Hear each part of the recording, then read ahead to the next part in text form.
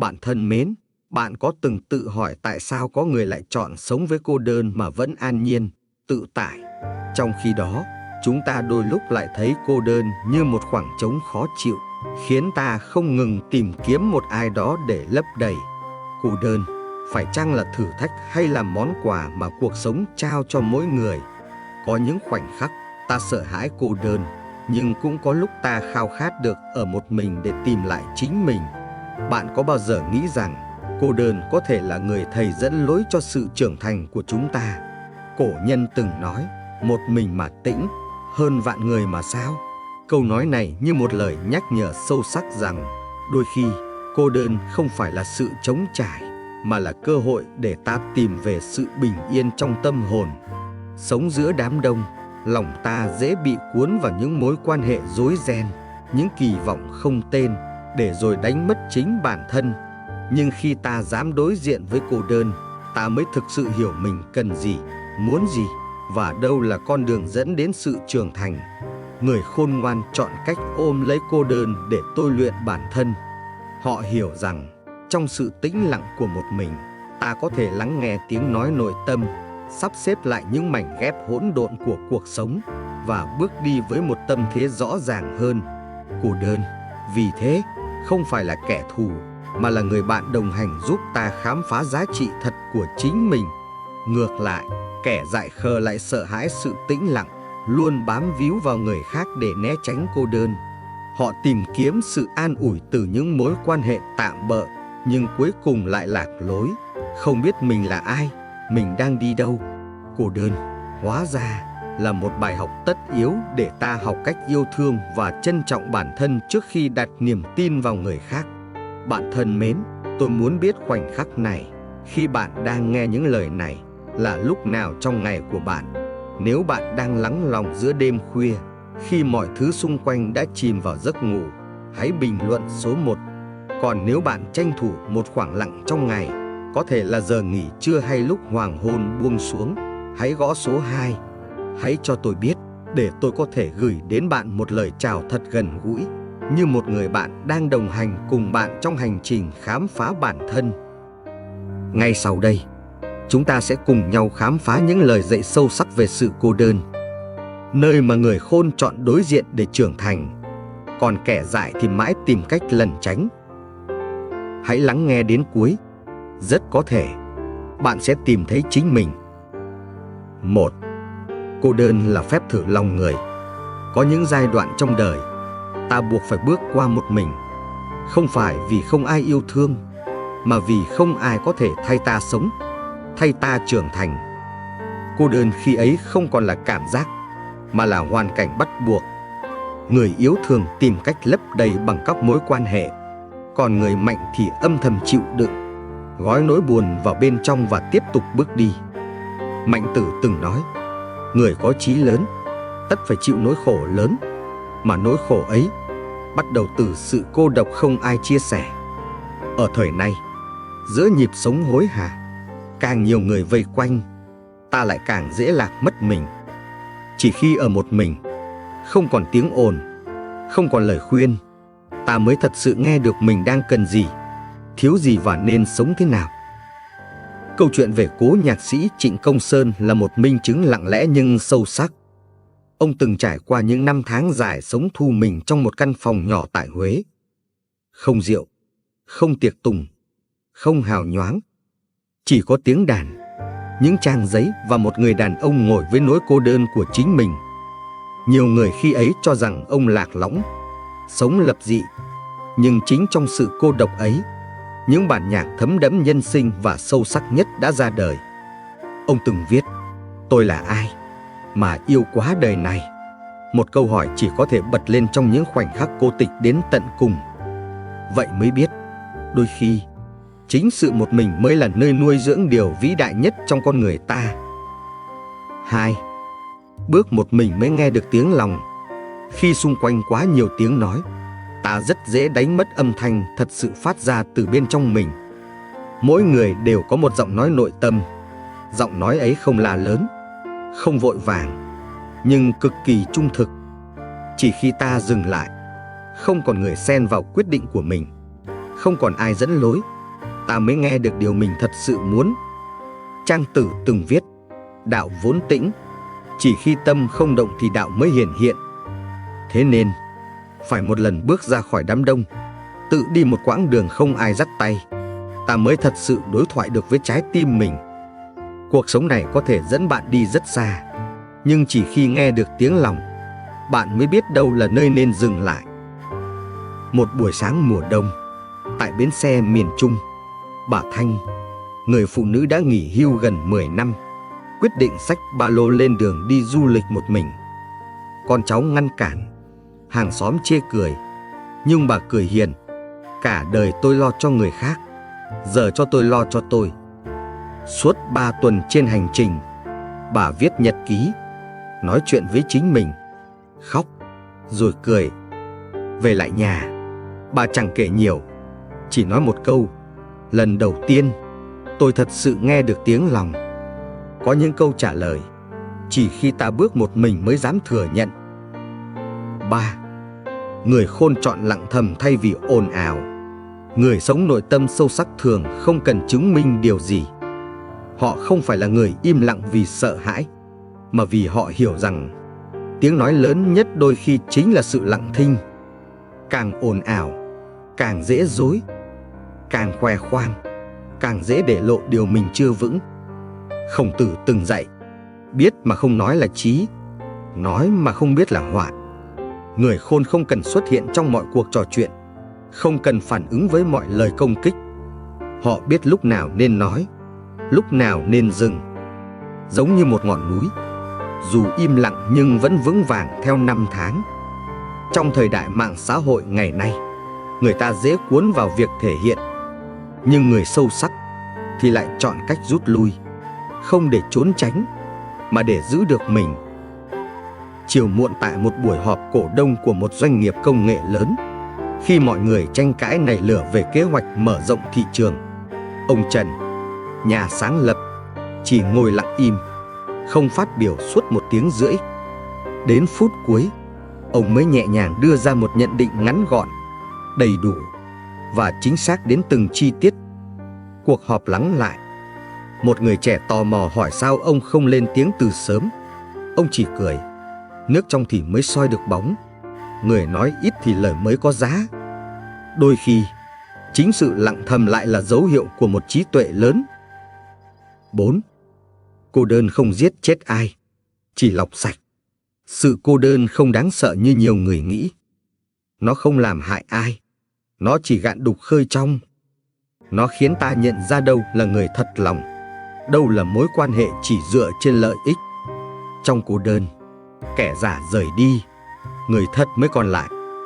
Và quan trọng nhất, ta nhìn thấy rõ mình, không hào nhoáng, không tô vẽ.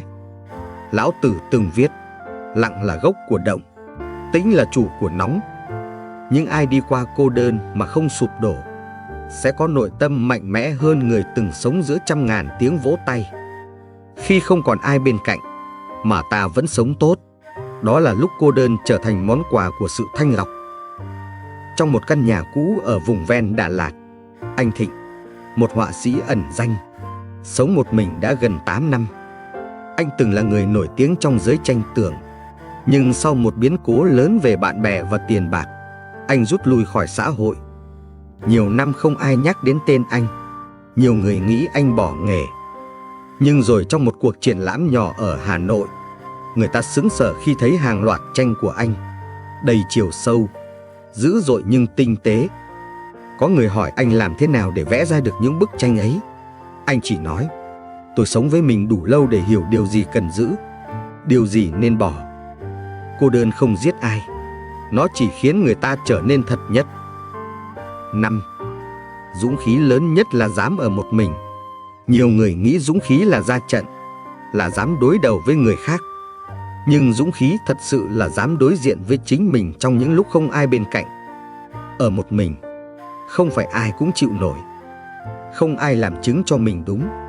Không ai vỗ về khi mình sai. Không ai ngăn ta khỏi những suy nghĩ tiêu cực. Phải rất vững, rất tỉnh và rất thật thì mới đủ sức bước qua khoảng trống đó. Mạnh Tử có câu, tâm bất động giữa vạn sự. Đó là đại dũng. Dũng khí không đến từ việc la hét hay phản kháng, mà đến từ sự vững vàng trong yên lặng.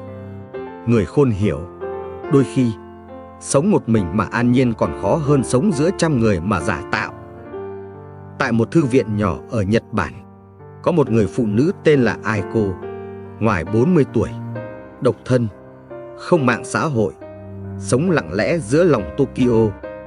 Cô từng là biên tập viên danh tiếng, nhưng sau cái chết của mẹ vì căn bệnh trầm cảm, cô quyết định rút lui khỏi ngành xuất bản. Nhiều năm liền, cô sống một mình, ngày đi làm thêm, tối về đọc sách. Có lần, một sinh viên hỏi cô có buồn không khi cứ mãi sống đơn độc như thế. Aiko mỉm cười: tôi buồn khi ở giữa đám đông mà không ai hiểu mình. Còn một mình, tôi thấy đủ. Có những người chọn ở một mình, không phải vì họ không có ai, mà vì họ đã tìm thấy sự an toàn bên trong mình rồi. 6. Đám đông không cứu rỗi được tâm hồn. Nhiều người sợ cô đơn nên chọn vùi mình vào đám đông. Nhưng càng ồn ào, họ lại càng thấy lạc lõng. Bởi đám đông có thể cho bạn tiếng cười, lời khen, sự chú ý, nhưng không bao giờ cho bạn được sự bình yên thật sự. Sự cứu rỗi không đến từ bên ngoài, mà đến từ nội tâm đã được nhìn nhận và chữa lành. Lão Tử từng nói: ai hiểu được người là trí, ai hiểu được chính mình là sáng. Khi bạn hiểu rõ lòng mình, bạn sẽ không còn phụ thuộc vào ánh mắt của người khác. Đám đông có thể reo hò khi bạn thành công, nhưng cũng chính họ sẽ quay lưng khi bạn vấp ngã. Người mạnh không cần được vỗ tay để thấy mình có giá trị. Họ chọn đứng lặng lẽ vì họ đã biết mình là ai, và điều đó là đủ. Trong thời nhà Trần, thiền sư Hiện Quang, vốn là thầy của vua Trần Nhân Tông, từng lui về núi Yên Tử, sống một mình nhiều năm sau khi truyền đạo. Ông từ chối danh vọng, không màng triều chính. Khi được hỏi vì sao không trở lại kinh thành để dạy đạo, ông chỉ đáp: đạo không nằm trong tiếng tán dương, mà ở nơi lòng yên và tâm tĩnh. Sau này, chính vị vua trẻ khi trải qua nhiều biến cố mới quay về núi, trở thành điều ngự giác hoàng, học lại từ thầy mình không chỉ đạo pháp mà cả đạo sống. Người thật sự tìm thấy bản thân không cần đám đông chứng minh, chỉ cần lòng mình sáng rõ. 7. Lặng lẽ đi là cách giữ tâm không loạn. Khi đời sống trở nên xáo trộn, người ta thường tìm đến ồn ào như một cách để giải thoát. Nhưng càng chạy theo bên ngoài, tâm càng dễ loạn. Người khôn không tìm sự ổn định ở thế giới, mà tìm ở chính mình. Lặng lẽ đi, không phải là co cụm, mà là biết điều gì cần bước qua, điều gì không đáng để dừng lại. Mạnh Tử từng dạy: tâm an, đạo tất lập, nghĩa là khi tâm đã yên, thì đường đi tự khắc sáng. Muốn giữ cho lòng không chao đảo giữa bao biến động, cần học cách trầm xuống giữa lúc người khác tranh nhau nói lớn. Người giữ được bước chân chậm rãi giữa đời vội vã, mới giữ được khí chất và phương hướng của riêng mình. Vào thế kỷ 20, trong một cuộc biểu tình lớn ở Ấn Độ chống lại chính sách thực dân, nhiều người hô hào, bạo động, đòi hỏi tự do bằng vũ lực. Nhưng Mahatma Gandhi thì khác. Ông bước chậm, đi bộ qua làng này đến làng khác, vận động người dân bằng sự nhẫn nại và lòng tin. Nhiều người chê ông mềm yếu, thiếu khí chất chiến đấu. Nhưng sau cùng, chính sự điềm tĩnh ấy đã giữ được trái tim hàng triệu người và tạo nên cuộc chuyển hóa lớn lao không đổ máu. Sức mạnh thật sự không cần vội vàng, càng lặng lẽ, càng bền bỉ và đáng nể. 8. Một mình không cô độc, sai hướng mới cô. Không phải cứ ở một mình là cô độc. Cái khiến người ta cô độc không phải thiếu người bên cạnh, mà là không biết mình đang đi đâu, vì điều gì. Khi tâm trí lạc hướng, dù có sống giữa ngàn người, lòng vẫn trống rỗng. Còn khi ta biết mình đang làm gì, một mình lại là khoảng trời rộng mở. Khổng Tử từng nói: nhân vô viễn lự, tất hữu cận ưu. Người không nhìn xa, ắt sẽ lo gần. Sống mà không có định hướng, thì dù ở đâu cũng là lạc lõng. Chỉ khi có lý tưởng rõ ràng, người ta mới không sợ ở một mình. vì họ biết mình đang trên hành trình đúng đắn, và điều đó là đủ để vững bước. Trong truyện cổ tích Việt Nam, nhân vật Thạch Sanh từng bị giam cầm, bị phản bội, bị ghen ghét, sống một mình trong rừng suốt nhiều năm. Nhưng anh không than trách, cũng không từ bỏ. Dù không ai biết đến, không ai bênh vực, Thạch Sanh vẫn giữ tâm trong sáng và tinh thần thẳng thắn. Sau cùng, khi cơ hội đến, chính phẩm chất đó đã đưa anh trở thành người có tiếng nói. Một mình không khiến người ta khổ, sai hướng mới khiến người ta hối hận. 9. Người trưởng thành không sợ lặng im kéo dài. Khi còn trẻ, ta dễ sốt ruột với những khoảng lặng, với những ngày không ai gọi tên mình, không ai vỗ về. Nhưng trưởng thành là khi ta biết chấp nhận những khoảng lặng ấy như một phần tất yếu của hành trình sống. Càng lớn, ta càng hiểu rằng im lặng không đồng nghĩa với thất bại. Nó là thời gian để chín chắn, để trầm lại, để nhìn cuộc đời bằng con mắt bình tĩnh hơn. Lão Tử từng viết: đại âm hy thanh, đại tượng vô hình, nghĩa là âm thanh lớn thường lặng lẽ, hình ảnh lớn thường vô hình. Người càng sâu sắc, càng không cần vội vàng lên tiếng hay chứng minh. Họ hiểu rằng giá trị thật sự đến từ sự chuẩn bị kỹ lưỡng trong yên lặng. Một bác sĩ ở bệnh viện Chợ Giấy từng kể, có một cậu sinh viên nội trú suốt 3 năm không phát biểu trong bất kỳ ca thảo luận lâm sàng nào. Nhiều người nghĩ cậu kém, rụt rè, thiếu năng lực. Nhưng đến năm cuối, trong một ca hiếm gặp, chính cậu là người duy nhất chẩn đoán chính xác nhờ tự học một dạng bệnh hiếm gặp. Khi được hỏi sao không lên tiếng sớm hơn, cậu chỉ cười: em đang học cho thật kỹ, không phải để được khen, mà để không sai. Người trưởng thành không ngại im lặng, họ chỉ sợ không đủ giỏi để chịu trách nhiệm với lời mình nói ra. 10. Chỉ người yếu mới cần người khác công nhận. Khi nội tâm chưa vững, người ta thường tìm kiếm sự công nhận từ bên ngoài như một cách khẳng định giá trị bản thân. Nhưng người mạnh mẽ hiểu rằng giá trị thật sự không cần được ai chứng minh. Khi bạn làm điều đúng đắn, sống tử tế và tự hào với chính mình, đó mới là sự công nhận đáng giá nhất. Khổng Tử từng nói: quân tử cầu chư kỷ, tiểu nhân cầu chư nhân. Người quân tử tìm lỗi nơi mình, kẻ tiểu nhân tìm lỗi nơi người. Cũng như vậy, người yếu tìm ánh mắt khen ngợi, người mạnh tìm sự hoàn thiện từ bên trong. Không cần ai nhìn thấy bạn mới có giá trị, chỉ cần bạn không tự quay lưng với mình. Ở làng quê Sóc Trăng, bà cụ Bảy đã hơn 70 tuổi, mở lớp học tình thương suốt hơn 20 năm. Không biển hiệu, không lên truyền hình, không cần ai khen ngợi. Mỗi chiều, lũ trẻ nghèo đến học chữ, bà dạy bằng cả trái tim. Có lần, người trong xã hỏi: sao không xin hỗ trợ, lên báo đài cho người ta biết? Bà cười: tôi không cần ai biết, miễn tụi nhỏ học được chữ là tôi thấy đủ rồi. Sự công nhận lớn nhất là khi bạn sống đúng với điều mình tin, mà không cần ai phải tán thưởng. Bạn thân mến, nếu bạn vẫn đang lắng nghe tới đây, có lẽ đâu đó trong những lời dạy này đã khiến bạn suy nghĩ. Nếu có điều gì đang khiến bạn trăn trở trong lòng, hãy bình luận số 3 xuống dưới, để tôi có thể được đồng cảm cùng bạn. Bây giờ, chúng ta hãy cùng bước vào những lời dạy tiếp theo nhé. 11. Cô đơn không đáng sợ, sợ là không lớn. Người sợ cô đơn không phải vì nó quá khủng khiếp, mà vì họ chưa từng vượt qua được cảm giác trống rỗng ấy để lớn lên từ bên trong. Cô đơn, thực ra, chỉ là một trạng thái tự nhiên của cuộc đời, nơi mà mỗi người buộc phải quay về với chính mình để tìm ra lối đi riêng. Nếu cứ phải có ai đó bên cạnh mới dám bước tiếp, thì đó chưa phải là sự trưởng thành. Khổng Tử từng nói: người không lo cô, chỉ lo không được bằng lòng người. Nhưng thực tế, điều đáng sợ nhất không phải là không được người khác công nhận, mà là cả đời sống theo kỳ vọng của họ, để rồi không bao giờ hiểu mình là ai.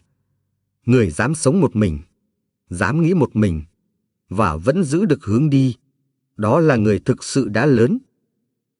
Năm 1965, trong thời kỳ chiến tranh ở miền Trung Việt Nam, cô Nguyễn Thị Hồng, một giáo viên vùng quê, quyết định ở lại làng dạy học khi tất cả đồng nghiệp đều rút về thành phố. Một mình cô với bảng đen, học trò và những ngày chạy tránh bom. Người dân lo lắng, khuyên cô rời đi, nhưng cô chỉ nói, các em cần chữ, tôi ở lại vì điều đó. Sau chiến tranh, khi người ta hỏi cô có từng thấy cô đơn hay sợ hãi không, cô chỉ lắc đầu. Tôi chỉ sợ tụi nhỏ lớn lên mà không biết đọc. Có những con người dám đứng một mình vì lý tưởng, và chính điều đó làm họ trở nên lớn lao. 12. Tĩnh tâm trong cô độc, sáng suốt sẽ đến. Chúng ta thường ra quyết định sai lầm nhất trong lúc tâm rối ren. Sự cô độc, nếu biết tận dụng, lại là môi trường quý giá để làm sáng tỏ điều đúng sai. Khi mọi tiếng ồn bị rút lại, đầu óc ta trở nên tỉnh táo hơn, cảm xúc lắng xuống và lý trí được thắp sáng. Lão Tử từng viết, tĩnh vi bản, động vi mạt. Sự tĩnh là gốc, sự động chỉ là ngọn.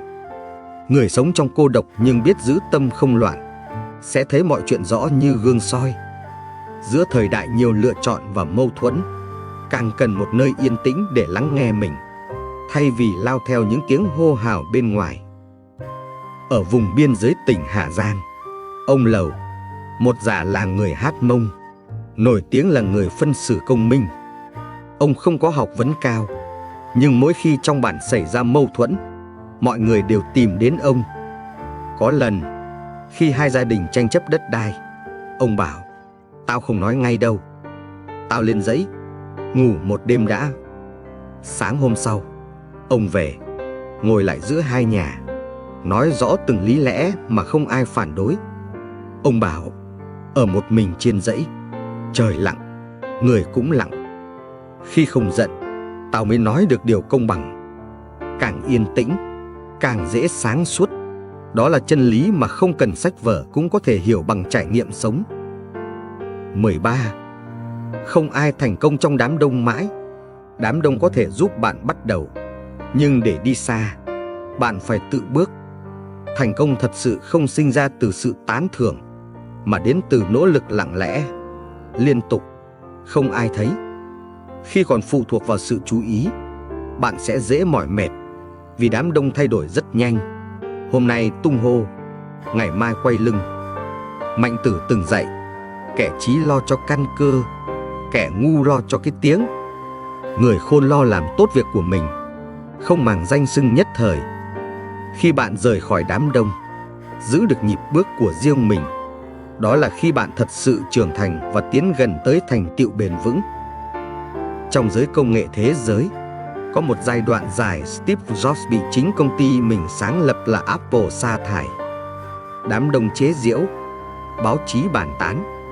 Nhưng trong khoảng thời gian ấy, ông đã âm thầm tạo ra Pixar và Next, hai dự án đặt nền móng cho sự trở lại huy hoàng sau này.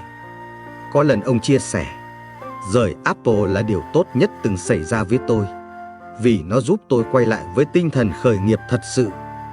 Khi không còn ai cổ vũ, người thật sự có nội lực vẫn có thể xây lại từ đầu. Thành công không đến từ tiếng vỗ tay, mà từ lòng kiên định khi không ai đứng cạnh. 14. Kẻ dại sợ bóng tối trong chính mình. Sợ hãi bóng tối không phải vì nó nguy hiểm, mà vì nó làm ta thấy rõ những điều ta cố né tránh. Tổn thương cũ, sai lầm chưa sửa, khát vọng chưa dám sống. Người dại sợ ở một mình vì lúc đó những thứ ấy trỗi dậy. Còn người khôn, họ dũng cảm đối diện để chữa lành. Khổng Tử từng nói, tu thân rồi mới tề ra, trị quốc, bình thiên hạ. Nhưng muốn tu thân, trước hết phải đủ dũng khí để soi vào những phần chưa đẹp bên trong mình. Bóng tối không đáng sợ, trốn chạy cả đời mới là điều khiến ta lạc lối.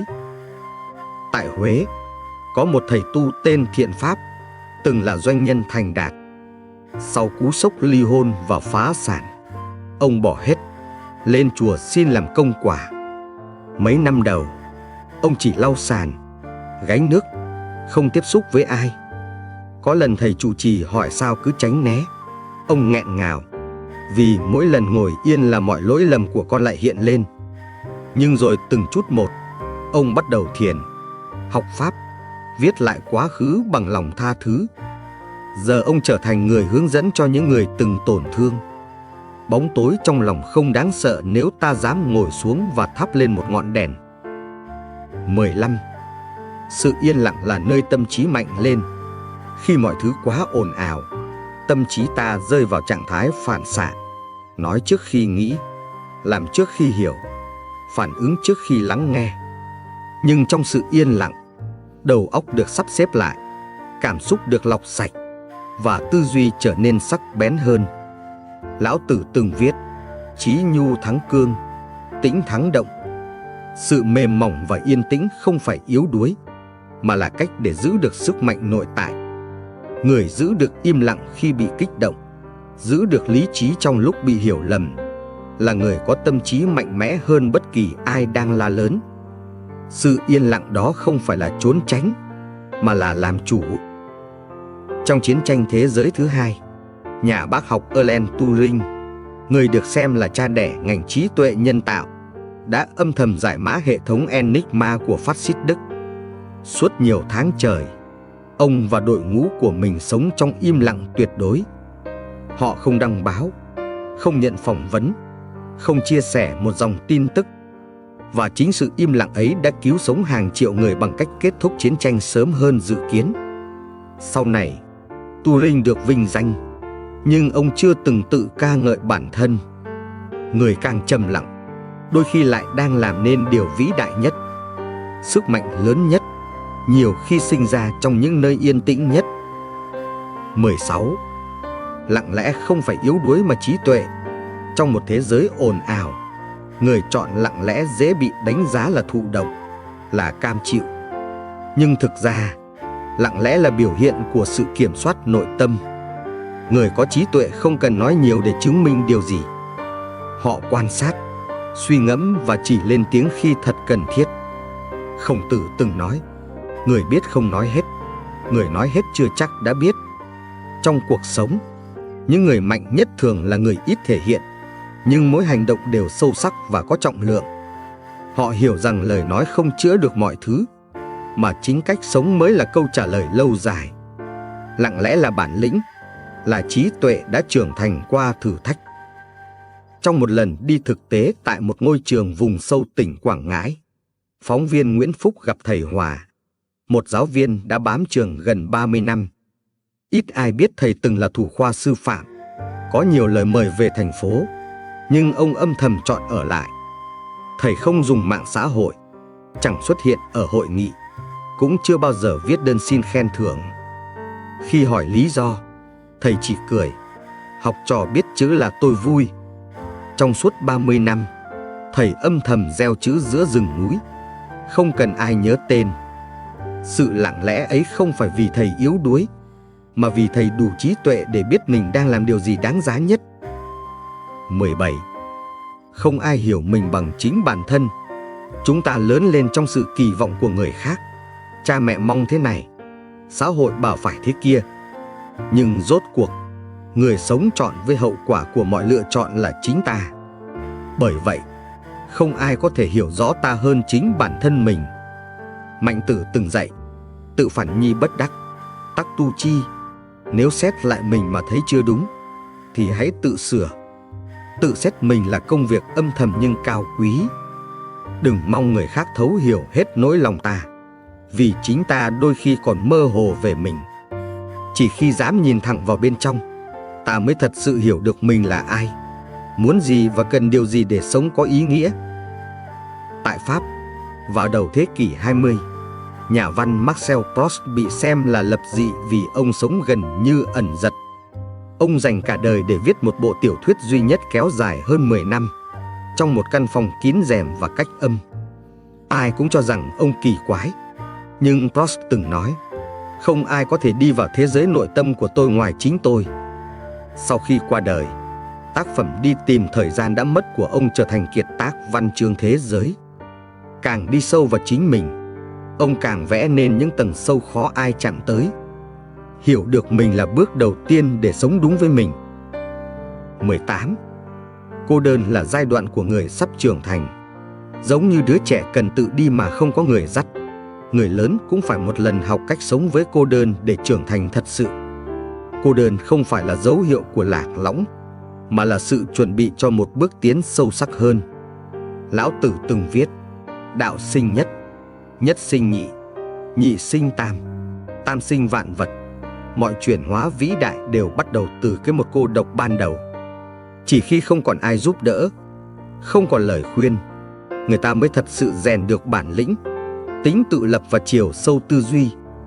Cô đơn là cửa ải đầu tiên để bước sang một tầng sống cao hơn. Ở huyện miền núi A Lưới, cô gái trẻ tên Hạnh sau khi tốt nghiệp đại học đã xin về địa phương làm cán bộ xã. Không người thân, không bạn đồng niên, cô sống trong căn phòng nhỏ giữa những dãy cây. Nhiều đêm cô khóc vì lạc lõng. Nhưng thay vì bỏ cuộc, cô tập trung làm việc, lắng nghe người dân, học ngôn ngữ địa phương.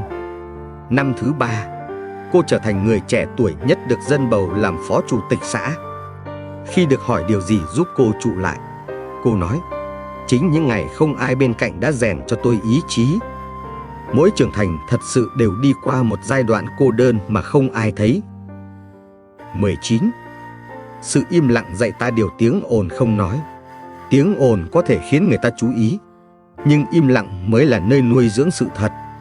Trong im lặng, ta không chỉ lắng nghe người khác, mà còn nghe được chính mình. Trong thế giới hiện đại, nơi ai cũng muốn nói, ai cũng muốn được nghe, thì người biết im lặng chính là người hiểu giá trị của lắng nghe và suy ngẫm. Trang Tử từng nói: tĩnh nhi hậu năng an, an nhi hậu năng lự, lự nhi hậu năng đắc. Tĩnh thì mới an, an rồi mới suy, suy rồi mới thấu. Những bài học lớn trong đời thường đến vào lúc lòng ta tĩnh nhất, không bị xao động bởi lời khen hay tiếng trách. Một buổi trưa tháng 7, trong một lớp học đạo đức ở chùa Thiên Phúc, một học sinh nhỏ tuổi bị phê bình vì nghịch phá. Mọi người chờ thầy trụ trì giày la, nhưng thay vì la mắng, thầy bảo cả lớp nhắm mắt, ngồi im 5 phút. Cả lớp ngạc nhiên. Sau 5 phút, thầy chỉ hỏi: khi không ai nói, con thấy gì? Cậu bé ấy bật khóc, nói: con thấy mình sai. Sự im lặng của thầy không hề yếu đuối, mà là cách để đứa trẻ tự nghe tiếng nói của lương tâm, điều mà mọi lời răn dạy chưa chắc chạm tới được. 20. Ai cũng cần một khoảng lặng để lớn. Không ai trưởng thành trong những ngày quá ồn ào. Lớn lên không chỉ là theo tuổi tác, mà là khi ta dừng lại đủ lâu để chiêm nghiệm, nhìn lại và hiểu sâu sắc những gì đang diễn ra. Khoảng lặng chính là vùng đất giúp tâm trí lắng xuống, giúp cảm xúc bình ổn và giúp ta định hình lại con đường phía trước. Khổng Tử từng nói: chi giả bất ngôn, ngôn giả bất chi. Người hiểu thường không nói nhiều. Sự trưởng thành nằm ở sự điềm tĩnh, ở việc biết khi nào nên dừng lại, suy nghĩ, rồi mới bước tiếp. Ai không có những khoảng lặng sẽ dễ trôi theo chiều gió của người khác. Năm 1998, nhạc sĩ Trần Tiến bất ngờ rút lui khỏi sân khấu sau một thời gian đỉnh cao. Nhiều người đồn đoán ông hết thời, nhưng thực ra ông dành thời gian đi dọc dải đất miền Trung, ngồi uống rượu với ngư dân, ghi chép từng lời kể của họ. Sau nhiều năm ở ẩn, ông trở lại với những ca khúc sâu sắc như Ngẫu hứng sông Hồng và Một cõi đi về. Khi được hỏi về khoảng thời gian biến mất, ông nói: tôi cần một khoảng lặng để sống thật và viết thật. Sự lớn lên không đến từ ánh đèn, mà từ những ngày ta lặng lẽ sống với cuộc đời. Kính thưa quý vị và các bạn, hy vọng chương trình đã mang đến cho các bạn những giá trị hữu ích.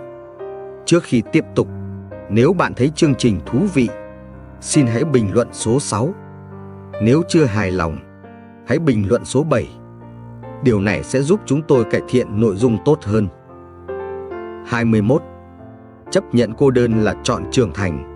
Trưởng thành không đến từ số tuổi, mà đến từ khoảnh khắc ta học được cách đối mặt với cô đơn mà không trốn tránh. Cô đơn dạy ta cách tự an ủi, tự làm bạn với chính mình và tự tìm giá trị sống bên trong, chứ không phải phụ thuộc vào người khác. Người chấp nhận cô đơn là người đã bước qua ngưỡng mong chờ sự cứu rỗi từ bên ngoài. Trang Tử từng nói: người biết sống theo tự nhiên, lòng không còn bị ràng buộc. Khi ta biết rằng không ai có thể hiểu và đi chọn cuộc đời mình thay mình, ta sẽ thôi trách móc, thôi đòi hỏi và học cách bình thản trong lặng lẽ. Chính khi đó, sự trưởng thành bắt đầu nảy nở một cách tự nhiên. Vào những năm 1950, bà Nguyễn Thị Chi, vợ nhà cách mạng Phan Đăng Lưu, sau khi chồng bị tử hình, đã sống hơn 40 năm góa bụa, một mình nuôi con giữa thời buổi chiến tranh và thiếu thốn. Không có người đàn ông nào bên cạnh, bà chọn sống lặng lẽ, dạy dỗ con nên người, không oán than. Khi được hỏi có từng thấy mình bất hạnh không, bà chỉ nói, tôi chọn ở lại để giữ tên cho chồng và để giữ mình làm người mẹ đúng nghĩa. Cô đơn, với bà, không phải là hình phạt mà là sứ mệnh. Người chấp nhận cô đơn mà vẫn sống tử tế đã là người trưởng thành hơn rất nhiều người sống giữa đám đông. 22. Người hiểu bản thân không sợ vắng người khác. Người ta thường sợ bị bỏ lại một mình, nhưng thực ra đó là vì họ chưa thật sự hiểu mình cần gì, sống vì điều gì. Khi đã thấu hiểu bản thân, ta không còn lo lắng khi thiếu ai đó bên cạnh, bởi vì nội tâm đã đủ đầy. Khổng Tử từng nói, người quân tử an bần, tiểu nhân bần thường oán. Người hiểu đời, hiểu mình, thì dù thiếu vắng vật chất hay bạn bè, cũng vẫn giữ được lòng an. Trong thời đại hiện đại, nơi mọi người luôn kết nối, paradox thay, người hiểu rõ bản thân lại là người không cần quá nhiều kết nối bề mặt. Họ chọn chất lượng hơn số lượng, chiều sâu hơn bề nổi, sự yên tĩnh hơn ồn ào. Một buổi tối cuối thu, bà cụ Sáu, 83 tuổi, sống trong một căn nhà nhỏ ở Cần Thơ, ngồi đọc sách bên ngọn đèn dầu. Con Kế đi làm xa? Hàng xóm hỏi. Bà không thấy buồn sao? Bà cười hiền. Ngày xưa tôi cũng từng buồn, nhưng rồi tôi hiểu ra, nếu mình không làm bạn được với mình, thì ai làm thay được. Suốt 15 năm qua, bà viết nhật ký, trồng cây, nghe cải lương và thi thoảng nấu chè gửi hàng xóm. Không mạng xã hội, không người trò chuyện thường xuyên, nhưng bà sống rất an nhiên. Hiểu mình rồi, người ta không còn sợ vắng ai nữa. 23. Tự bước đi mới biết chân mình vững. Chỉ khi tự mình trải nghiệm, ta mới thật sự biết giới hạn và sức mạnh của bản thân. Người đi qua cuộc đời bằng lời chỉ dẫn của người khác thì không bao giờ thấy rõ con đường của mình. Tự bước đi là một sự thử thách, nhưng cũng là cách duy nhất để ta biết mình đủ vững vàng đến đâu. Lão Tử từng viết, đạo khả đạo, phi thường đạo. Con đường thật sự phải tự bước, không ai chỉ hoàn toàn được.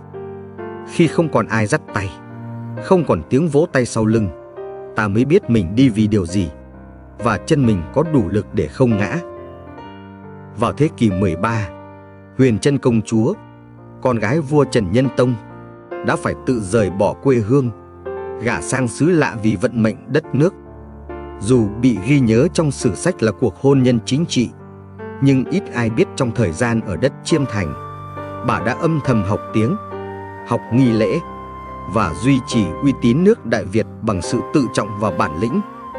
Sau này, khi trở về, bà sống kín tiếng, nhưng được triều đình và dân chúng kính trọng.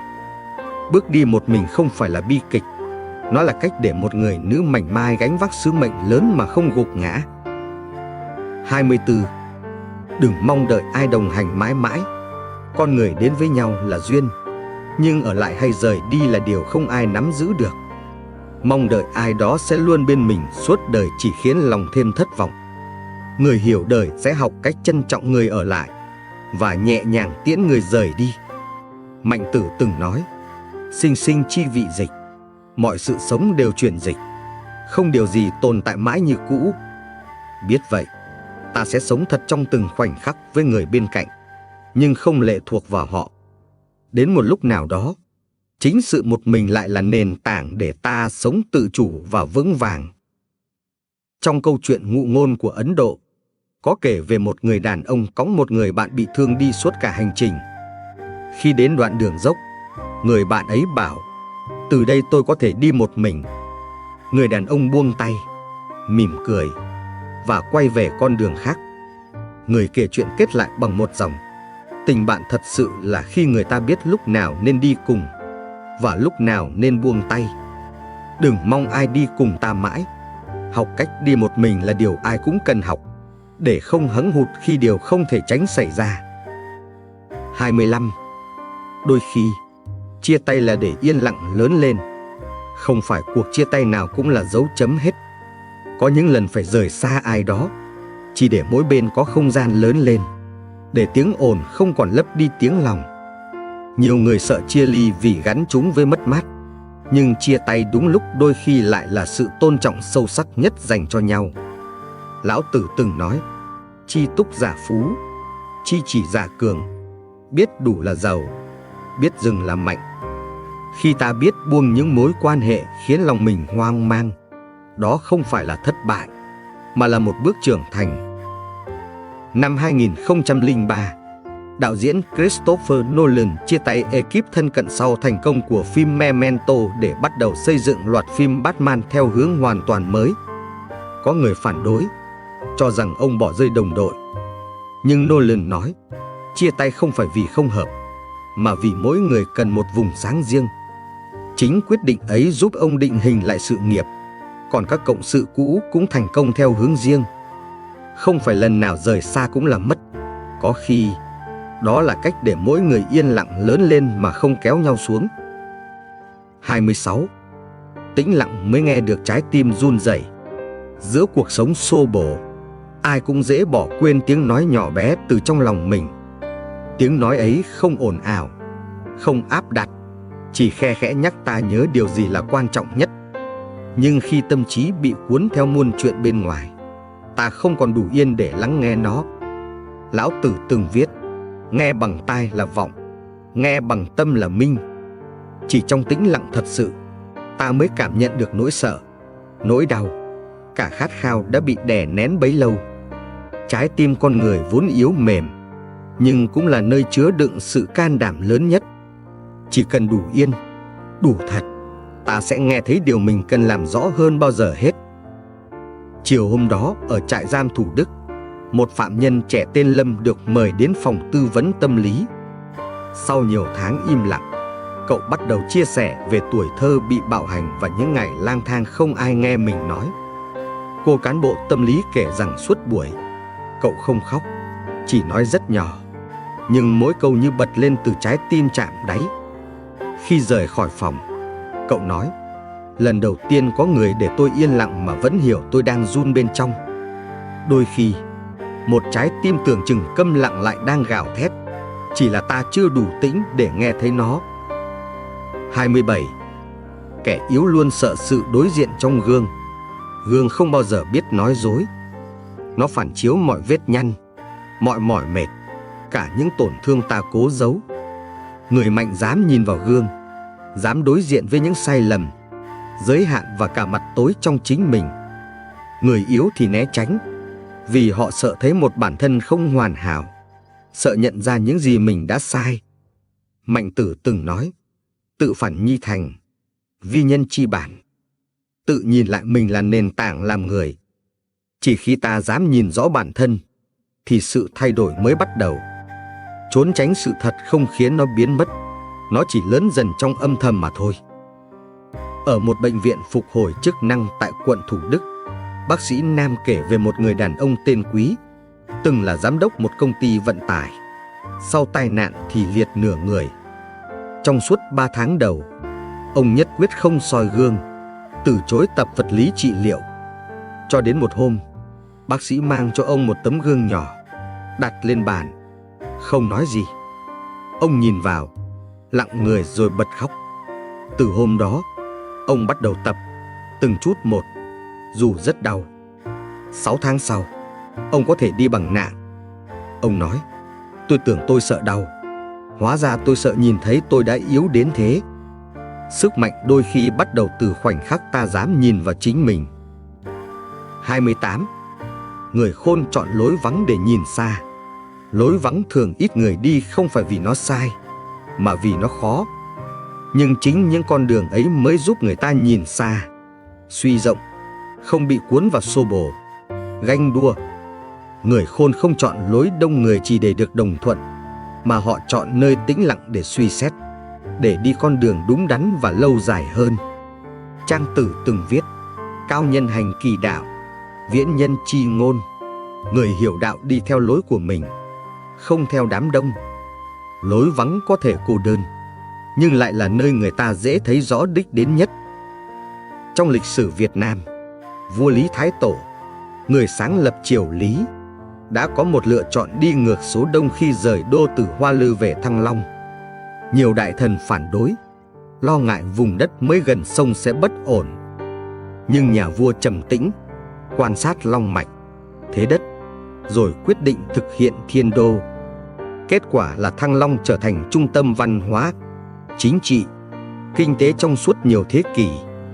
Chính vì không bị bó buộc trong tư duy cũ kỹ, dám chọn lối riêng và tầm nhìn xa, Lý Thái Tổ đã định hình tương lai cho cả một triều đại. 29. Không ai có thể hiểu mình ngoài chính mình. Người ta có thể thương ta, cảm thông, thậm chí đoán được suy nghĩ của ta, nhưng đến cuối cùng, không ai sống thay cho ta được. Vì thế, không ai có thể hiểu mình bằng chính bản thân. Đừng mong ai đó đến cứu ta khỏi khủng hoảng. Đừng trông chờ người khác sẽ nói đúng lời ta đang cần nghe. Tăng Tử từng nói: tu thân dĩ kính, nội thành nhi ngoại hóa. Tự mình sửa mình thì bên trong thành thật, bên ngoài tự tốt lên. Người sống sâu sắc là người học cách làm bạn với bản thân, đặt những câu hỏi lớn nhất cho chính mình và đi tìm câu trả lời từ bên trong chứ không từ miệng người khác. Tại một lớp học Phật Pháp ở chùa Giác Ngộ, một người phụ nữ tên Hương, gần 50 tuổi, từng trải qua đổ vỡ hôn nhân và mất việc, đã bật khóc khi được hỏi: nếu không ai hiểu chị, thì chị có hiểu mình không? Sau khóa tu, chị bắt đầu viết nhật ký, học thiền, tập sống một mình không oán trách. Khi được hỏi có thấy cô đơn không, chị cười: tôi từng mong cả thế giới hiểu tôi. Giờ chỉ cần tôi hiểu tôi là đủ. Hiểu được chính mình là bước đầu tiên để sống thật và sống sâu. 30. Thời gian cô độc giúp tâm hồn sửa chữa. Có những vết thương không cần ai đụng vào cũng đau, và cũng không thể chữa bằng những lời an ủi. Chúng chỉ lành khi ta đủ thời gian sống chậm lại, ngẫm lại và sửa chữa từ bên trong. Cô độc trong những trường hợp như thế không phải là hình phạt mà là cơ hội. Mạnh Tử từng nói: thiên giáng đại nhiệm, tất khổ kỳ tâm trí. Trời giao trọng trách thì trước tiên khiến tâm trí con người chịu đựng đau khổ. Tâm hồn cũng vậy, muốn vững thì phải đi qua giai đoạn thu mình để hồi phục. Chỉ cần dám ở lại với cô độc, ta sẽ thấy mình từng bước được tái sinh. Ở Nhật, sau trận động đất lớn năm 2011, một họa sĩ già tên Daiki mất cả gia đình. Ông bỏ về vùng núi phía Bắc, sống ẩn trong một căn lều nhỏ. Suốt 5 năm, ông không vẽ, không tiếp xúc ai. Nhưng rồi, từng ngày, ông bắt đầu dựng lại giá vẽ, dùng đất, lá, than làm màu. Những bức tranh về thiên nhiên tĩnh lặng, con người cúi đầu trước đất trời lần lượt ra đời. Khi được hỏi về khoảng thời gian đó, ông chỉ nói: tôi không mất tất cả, tôi được cho thời gian để sửa lại chính mình. Có những chữa lành chỉ xảy ra khi không còn ai, không còn gì, chỉ còn ta và nỗi đau đủ lâu để biến thành sự bao dung. 31. Im lặng là lời nói của tâm can. Không phải điều gì cũng cần nói ra mới hiểu, và không phải điều gì im lặng cũng là thờ ơ. Có những lúc lời nói là thừa thãi, còn sự im lặng lại chạm đến tận sâu tâm hồn.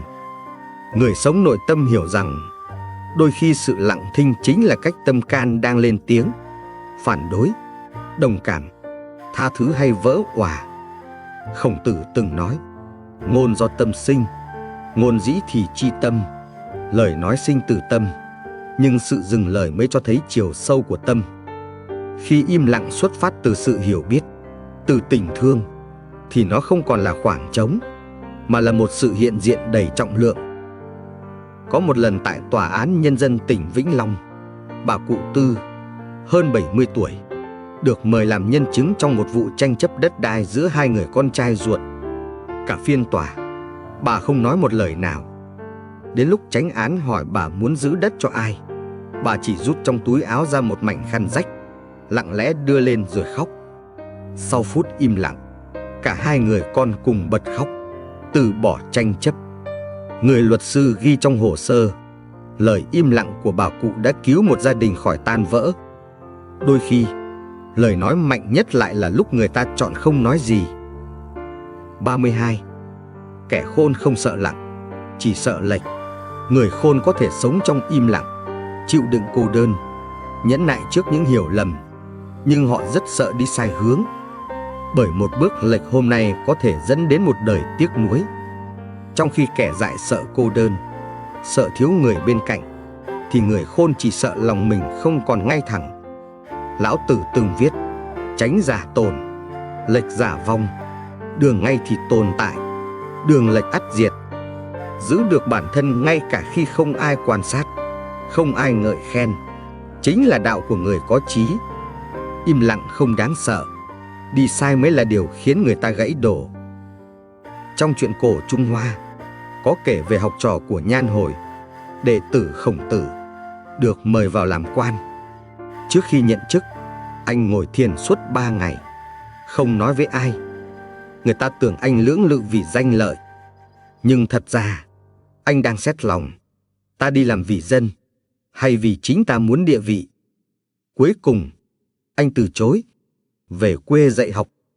Sau này người ta hỏi anh có tiếc không, anh đáp: ta chỉ sợ lệch khỏi lòng mình, chứ không sợ yên tĩnh. Giữa thời loạn, giữ được mình ngay thẳng trong im lặng, đó là khí chất của bậc trí nhân. 33. Một mình không lạc lõng, chỉ khác hướng đi.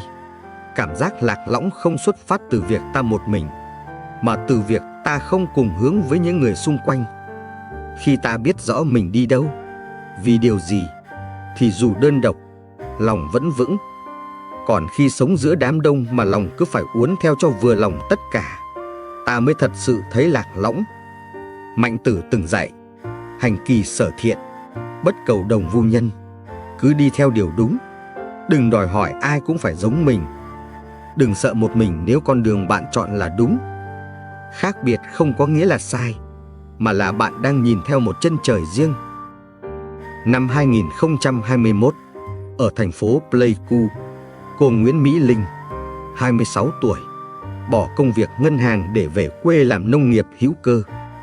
Bạn bè chê dại, cha mẹ giận, hàng xóm cười, nhưng cô vẫn kiên trì, trồng rau, nuôi gà, bán online. 2 năm sau, sản phẩm của cô đạt chứng nhận Việt Gap và có khách hàng ổn định. Khi được hỏi vì sao không chạnh lòng khi ai cũng quay lưng, cô chỉ nói: tôi không cô đơn, tôi chỉ đi khác đường. Đúng hướng thì dù ít người đi, vẫn là con đường đáng bước. 34. Lặng im là chiến thắng của kẻ hiểu chuyện. Trong một cuộc đối đầu, người thắng không phải lúc nào cũng là kẻ nói nhiều hơn, mà là người biết khi nào nên im. Lặng im không phải là chịu thua, mà là từ chối sa vào một cuộc hơn thua vô nghĩa. Kẻ hiểu chuyện không cần phô trương, vì họ đã đủ trải nghiệm để biết nhiều cuộc tranh cãi chỉ để làm tổn thương nhau, không giúp ai trưởng thành. Khổng Tử từng nói: minh chi giả, bất tranh; hữu đức giả, bất ngôn. Người thật sự hiểu biết thì không tranh giành, người có đức thì không khoe lời. Sự im lặng đúng lúc là cách người trưởng thành giữ hòa khí, giữ nhân cách và giữ lòng tự trọng. Trong một buổi họp báo tại London, nhà bác học Stephen Hawking bị một nhà báo khiêu khích bằng câu hỏi chế nhạo về khuyết tật và trí tuệ nhân tạo. Cả hội trường im phăng phắc chờ ông phản pháo. Nhưng Hawking chỉ mỉm cười và lắc đầu, không đáp.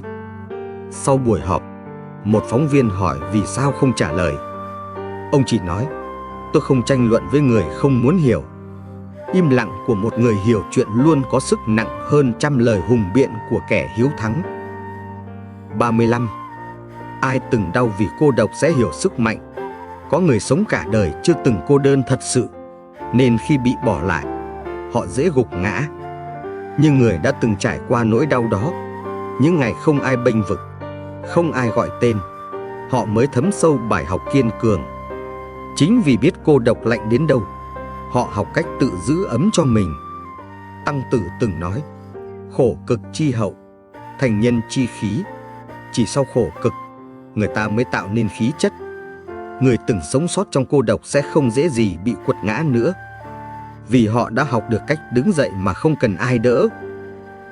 Năm 1942, trong cuộc kháng chiến chống phát xít, Anne Frank, cô bé người Do Thái, sống ẩn nấp trong gác mái suốt 2 năm. Cô không có bạn bè, không ánh mặt trời, chỉ có cây viết và cuốn nhật ký. Dù bị giam trong sợ hãi và cô lập, Anne vẫn viết những dòng đầy hy vọng con người vẫn tốt đẹp, dù mọi chuyện có ra sao. Những trang nhật ký của cô sau này trở thành biểu tượng bất khuất của lòng tin và sức sống. Người từng chạm đáy của cô độc mới hiểu rõ thế nào là sức mạnh thật sự từ bên trong. 36. Người tự tại không cần ai vỗ về. Người sống tự tại là người đã đi qua nhiều chông chênh, đủ trải nghiệm để không còn lệ thuộc vào sự an ủi từ bên ngoài. Họ không phải người cô đơn, mà là người đủ mạnh để làm dịu nỗi buồn bằng chính sự hiểu biết nội tâm. Cổ nhân từng dạy, tự an chi đạo, bất cầu ư nhân. Người biết cách làm yên lòng mình thì không cần cầu cạnh người khác. Khi ta biết cách tự ôm lấy tổn thương, tự mình bước tiếp mà không oán than, ta sẽ thấy nhẹ lòng hơn rất nhiều. Người tự tại không sống để được thương hại, mà để bình thản đi tiếp hành trình của mình. Tại một buổi chia sẻ trong chương trình Vượt lên số phận, ông Trần Hữu Tâm, một người khuyết tật cụt 2 chân, hiện là chủ một tiệm sửa xe máy ở Bình Dương, kể rằng có những ngày mưa, khách không đến, ông vẫn mở cửa, ngồi uống trà, tự nói chuyện với mình. Có người hỏi, không ai chia sẻ, ông có thấy buồn không? Ông cười, không buồn, vì tôi đã tập sống với mình từ lâu. Chính sự tự tại ấy khiến ông không chờ ai cứu rỗi, và cũng không oán ai đã rời đi. Khi người ta đủ đầy từ bên trong, không ai đến cũng chẳng thấy thiếu. 37. Không ai ở lại mãi để an ủi. Con người là duyên hợp rồi tan. Những người từng ở bên ta có thể một ngày cũng sẽ bước đi, không vì họ tệ, mà vì hành trình đời họ đã sang trang khác. Mong ai đó ở mãi để xoa dịu lòng mình là mong manh và viển vông. Lão Tử từng nói, hữu tình giả tụ, vô tình giả tán. Có duyên thì đến, hết duyên thì rời. Biết vậy, ta học cách tự chữa lành thay vì bấu víu. Người trưởng thành không oán trách người đã rời đi, mà cảm ơn vì đã từng bên nhau trong một đoạn đường đủ đầy. An ủi lâu dần thành dựa dẫm. Hãy học cách tự đứng vững khi không còn ai lắng nghe. Năm 1999, sau khi mẹ qua đời, nhà thơ Nguyễn Thị Thanh Thảo sống một mình gần 5 năm không tiếp xúc báo chí. Nhiều độc giả lo lắng, thư gửi về đầy ắp, nhưng bà không trả lời. Mãi đến một đêm giao thừa, bà trở lại với một bài thơ viết tay gửi lên tạp chí văn nghệ, Tôi vẫn sống, dù mẹ tôi không còn. Bài thơ khiến hàng ngàn người bật khóc. Trong một cuộc phỏng vấn sau đó, bà chia sẻ, không ai có thể thay mẹ để an ủi tôi, nhưng tôi tự nhủ, mẹ đã dạy tôi mạnh mẽ, nên tôi không được phép gục ngã. Có những nỗi đau chỉ có thể vượt qua bằng sự tĩnh lặng một mình. 38. Người khôn giữ im lặng khi lòng đang động. Lúc tâm còn đầy giận dữ, thất vọng hay hối tiếc, lời nói thốt ra thường là sai lầm. Người khôn hiểu rằng giữ im lặng lúc lòng đang dậy sóng chính là cách để không làm tổn thương người khác và cũng không làm hại chính mình. Khổng Tử từng nói, quân tử dục tốc tắc bất đạt, người quân tử nóng vội sẽ dễ thất bại. Khi giận, ta không thấy toàn cảnh. Khi buồn, ta nói lời nặng nề. Khi lo, ta quyết định trong hấp tấp. Giữ im lặng trong lúc lòng đang động không phải là yếu đuối, đó là sự kiểm soát sâu sắc nhất mà một người có thể làm được. Trong một phiên họp căng thẳng tại Liên Hợp Quốc năm 1985, đại diện Việt Nam bị phía đối phương công kích dữ dội bằng những lời sai sự thật. Trong khi cả phái đoàn bối rối, nhà ngoại giao Nguyễn Cơ Thạch chỉ cúi đầu viết, không phản ứng. 3 phút sau, ông đọc một bài diễn văn ngắn, không phản bác trực tiếp, nhưng chỉ dùng số liệu, dẫn chứng và một câu kết: lịch sử sẽ lắng nghe sự thật, không cần chúng ta phải lớn tiếng. Cả hội trường im bặt. Sự im lặng đúng lúc của một trí tuệ già dặn đã khiến tiếng nói trở nên đắt giá gấp bội. 39. Bước một mình là bước về phía ánh sáng. Bước một mình không phải là lùi lại, mà là tiến lên mà không cần được ai dẫn đường. Người có ánh sáng nội tâm không cần ánh đèn bên ngoài soi sáng cho mình. Họ biết rằng mỗi bước chân đi trong yên lặng hôm nay chính là đang tạo ra con đường rực rỡ cho ngày mai. Mạnh Tử từng nói: nhân sinh hữu chí, thiên hạ vô nan sự. Người có chí thì không có gì là khó. Bước một mình giúp ta không bị chi phối bởi đám đông, không bị làm lệch bởi dư luận, và cũng là cách ta học được giá trị của sự độc lập thật sự. Trong thời kỳ Pháp thuộc, nữ bác sĩ Đặng Thùy Trâm đã chọn về chiến khu Quảng Ngãi, sống và làm việc ở những nơi khắc nghiệt nhất. Không bạn đồng nghiệp thân thiết, không người thân bên cạnh, bà vẫn kiên trì chữa bệnh cho bộ đội và dân thường. Nhật ký của bà viết: tôi bước một mình qua rừng, nhưng lòng tôi sáng như có hàng ngàn người đồng hành. Dù cuối cùng hy sinh ở tuổi 27, bà để lại những trang nhật ký khiến bao thế hệ sau này biết đến và cảm phục. Bước một mình, nếu biết mình vì điều gì, thì ánh sáng luôn ở cuối con đường. 40. Trưởng thành là khi ta biết lặng thinh. Không phải cứ lớn là trưởng thành, và không phải trưởng thành là phải thể hiện cho ai biết. Trưởng thành thật sự là khi ta biết kiềm lời đúng lúc, không phải vì sợ, mà vì hiểu rằng không phải điều gì cũng cần lên tiếng. Tăng Tử từng nói: cẩn ngôn giả, trí chi đoan dã. Người cẩn trọng trong lời nói là dấu hiệu đầu tiên của trí tuệ. Lặng thinh là biểu hiện của sự chín chắn.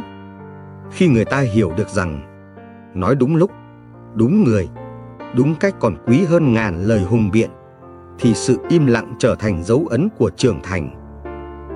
Tại một buổi lễ vinh danh giáo viên ở tỉnh Nghệ An, thầy giáo Lê Văn Bình, người suốt 30 năm dạy học ở vùng cao, được mời phát biểu.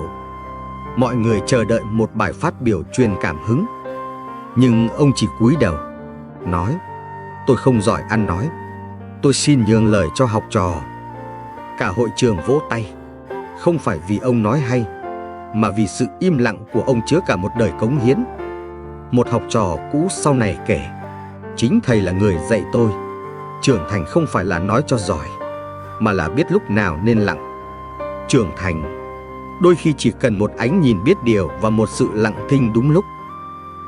Quý vị thân mến, nếu muốn chương trình tiếp tục lan tỏa giá trị như hiện tại, xin hãy để lại số 8. Nếu cần điều chỉnh, vui lòng chọn số 9. Đừng quên đăng ký kênh để không bỏ lỡ những video hữu ích. 41. Đừng lấp đầy trống rỗng bằng ồn ào. Khi trong lòng bất an, người ta thường tìm đến sự náo nhiệt như một cách để tạm quên nỗi trống rỗng. Nhưng càng ồn ào, lòng lại càng trống. Bởi cảm giác đầy không đến từ bên ngoài, mà đến từ sự thấu hiểu và bình an bên trong. Khổng Tử từng nói: thực vô cầu bão, cư vô cầu an. Sống không cần no đủ, chỉ cần an lòng. Tâm yên thì chốn nào cũng tĩnh, lòng trống thì giữa vạn người vẫn cô đơn. Sự ồn ào chỉ là liều thuốc gây tê tạm thời. Muốn chữa lành, ta phải can đảm đối diện với nỗi cô đơn sâu thẳm trong mình. Tại một buổi tư vấn tâm lý cộng đồng ở thành phố Hồ Chí Minh, chị Thanh, một nhân viên marketing, chia sẻ rằng suốt 3 năm sau ly hôn, chị vùi mình vào các cuộc tiệc tùng, mạng xã hội, bạn bè mới.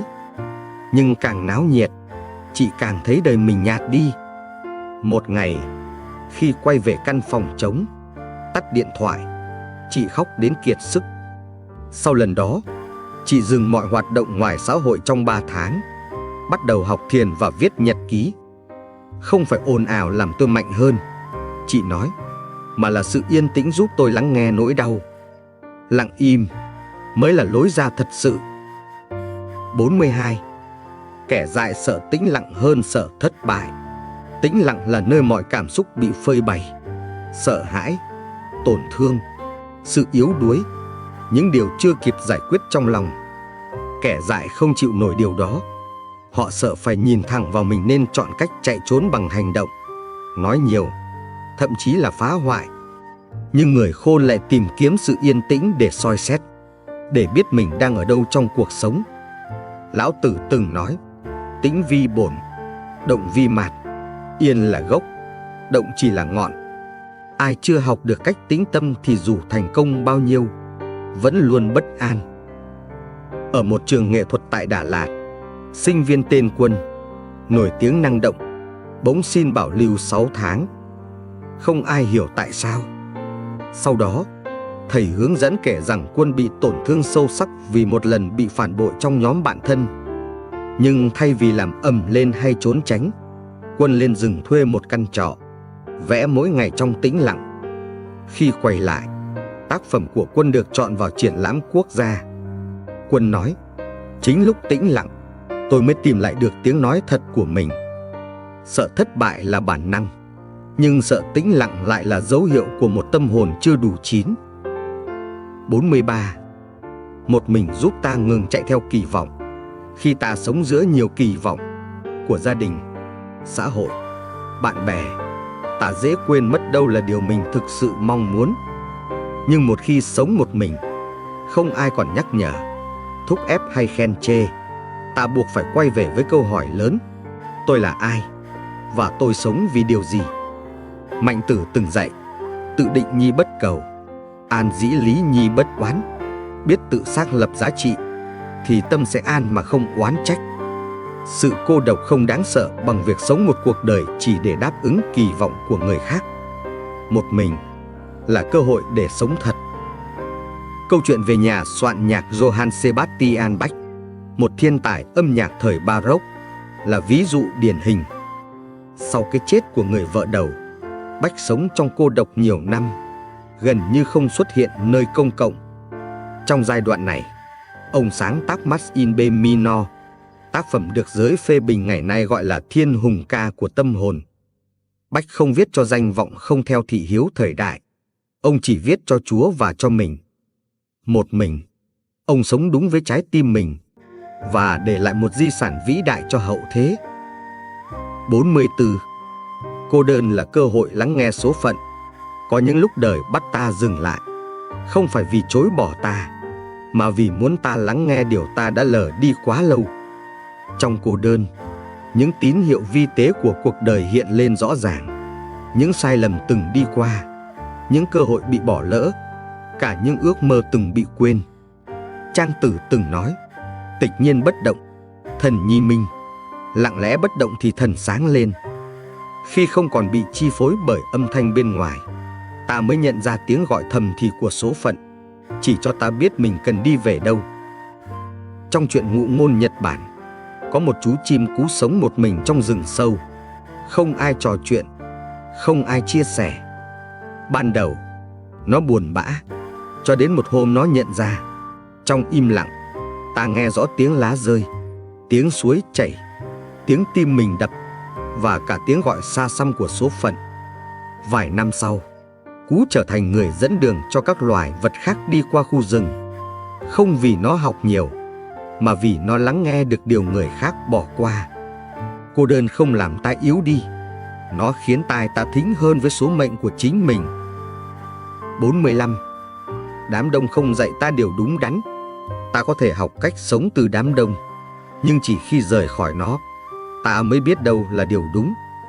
Đám đông dễ dẫn ta đến chỗ a dua, đua tranh và đánh mất chính mình. Người sống có chí phải dám tách khỏi đám đông khi cần, để giữ lòng cho tỉnh, giữ lý cho sáng. Khổng Tử từng nhấn mạnh, quân tử hòa nhi bất đồng, tiểu nhân đồng nhi bất hòa. Người quân tử có thể sống hòa thuận nhưng không hòa tan. Đúng không phụ thuộc vào số đông hay số ít, mà nằm ở lẽ phải. Càng đông, càng cần bản lĩnh để giữ mình không trôi. Tại một hội thảo ở Mỹ năm 2006, Elon Musk công bố kế hoạch đưa người lên sao Hỏa. Khi đó, phần lớn giới khoa học cười nhạo, báo chí giật tít kẻ mơ giữa ban ngày. Nhưng Musk vẫn kiên định, âm thầm phát triển Space. Gần 20 năm sau, những bước đầu tiên của chương trình định cư ngoài trái đất đang thành hình. Ông từng nói, nếu bạn luôn cần sự đồng thuận, bạn không thể làm điều khác biệt. Đám đông có thể dạy ta đi nhanh, nhưng chỉ sự tĩnh lặng và kiên định mới dạy ta đi đúng. 46. Sự yên tĩnh giúp ta thấy rõ bản chất người khác. Khi mọi thứ xung quanh quá náo động, con người dễ đeo mặt nạ, lời nói đẹp đẽ, cử chỉ tử tế, nhưng tất cả chỉ là vai diễn. Chỉ khi yên tĩnh, khi không có sân khấu để trình diễn, bản chất thật sự mới lộ diện. Lão Tử từng nói, tĩnh thắng động, nhu thắng cương. Trong tĩnh lặng, ta mới thắng được điều giả dối. Người sống sâu sắc không cần hỏi nhiều, chỉ cần quan sát trong im lặng. Lúc ấy, ai chân thành sẽ bộc lộ qua hành động nhỏ, ai giả tạo sẽ bối rối trong câm lặng. Bởi im lặng là tấm gương soi rõ tâm tính người khác hơn mọi lời nói. Vào thời Hán, Tư Mã Thiên, đại sử gia nổi tiếng, từng giả vờ bị bệnh nặng, nằm bất động trong phủ để thử lòng các quan dưới quyền. Có người đến thăm lo lắng thật lòng, có kẻ mượn cớ để lẩn tránh, thậm chí đem chuyện ông yếu thế ra gièm pha. Sau khi hồi phục, ông im lặng ghi chép lại tất cả, không nói lời nào. Nhưng sau này khi chọn người để kế thừa sự nghiệp chép sử, ông giao cho đúng người từng lặng lẽ mang cơm thuốc. Sự tĩnh lặng không chỉ để ta hiểu mình, mà còn để thấy rõ ai đang đi thật lòng cùng ta. 47. Người sâu sắc chọn ít bạn nhưng chọn kỹ. Bạn bè không cần nhiều, chỉ cần đúng người. Người sống nông cạn thường thích kết giao rộng để tìm cảm giác an toàn, nhưng rồi lại thường thất vọng khi gặp chuyện. Ngược lại, người sống sâu sắc hiểu rằng một người bạn thật sự quý hơn trăm kẻ xã giao. Khổng Tử từng dạy, hữu bằng tự viễn phương lai, bất diệt lạc hồ.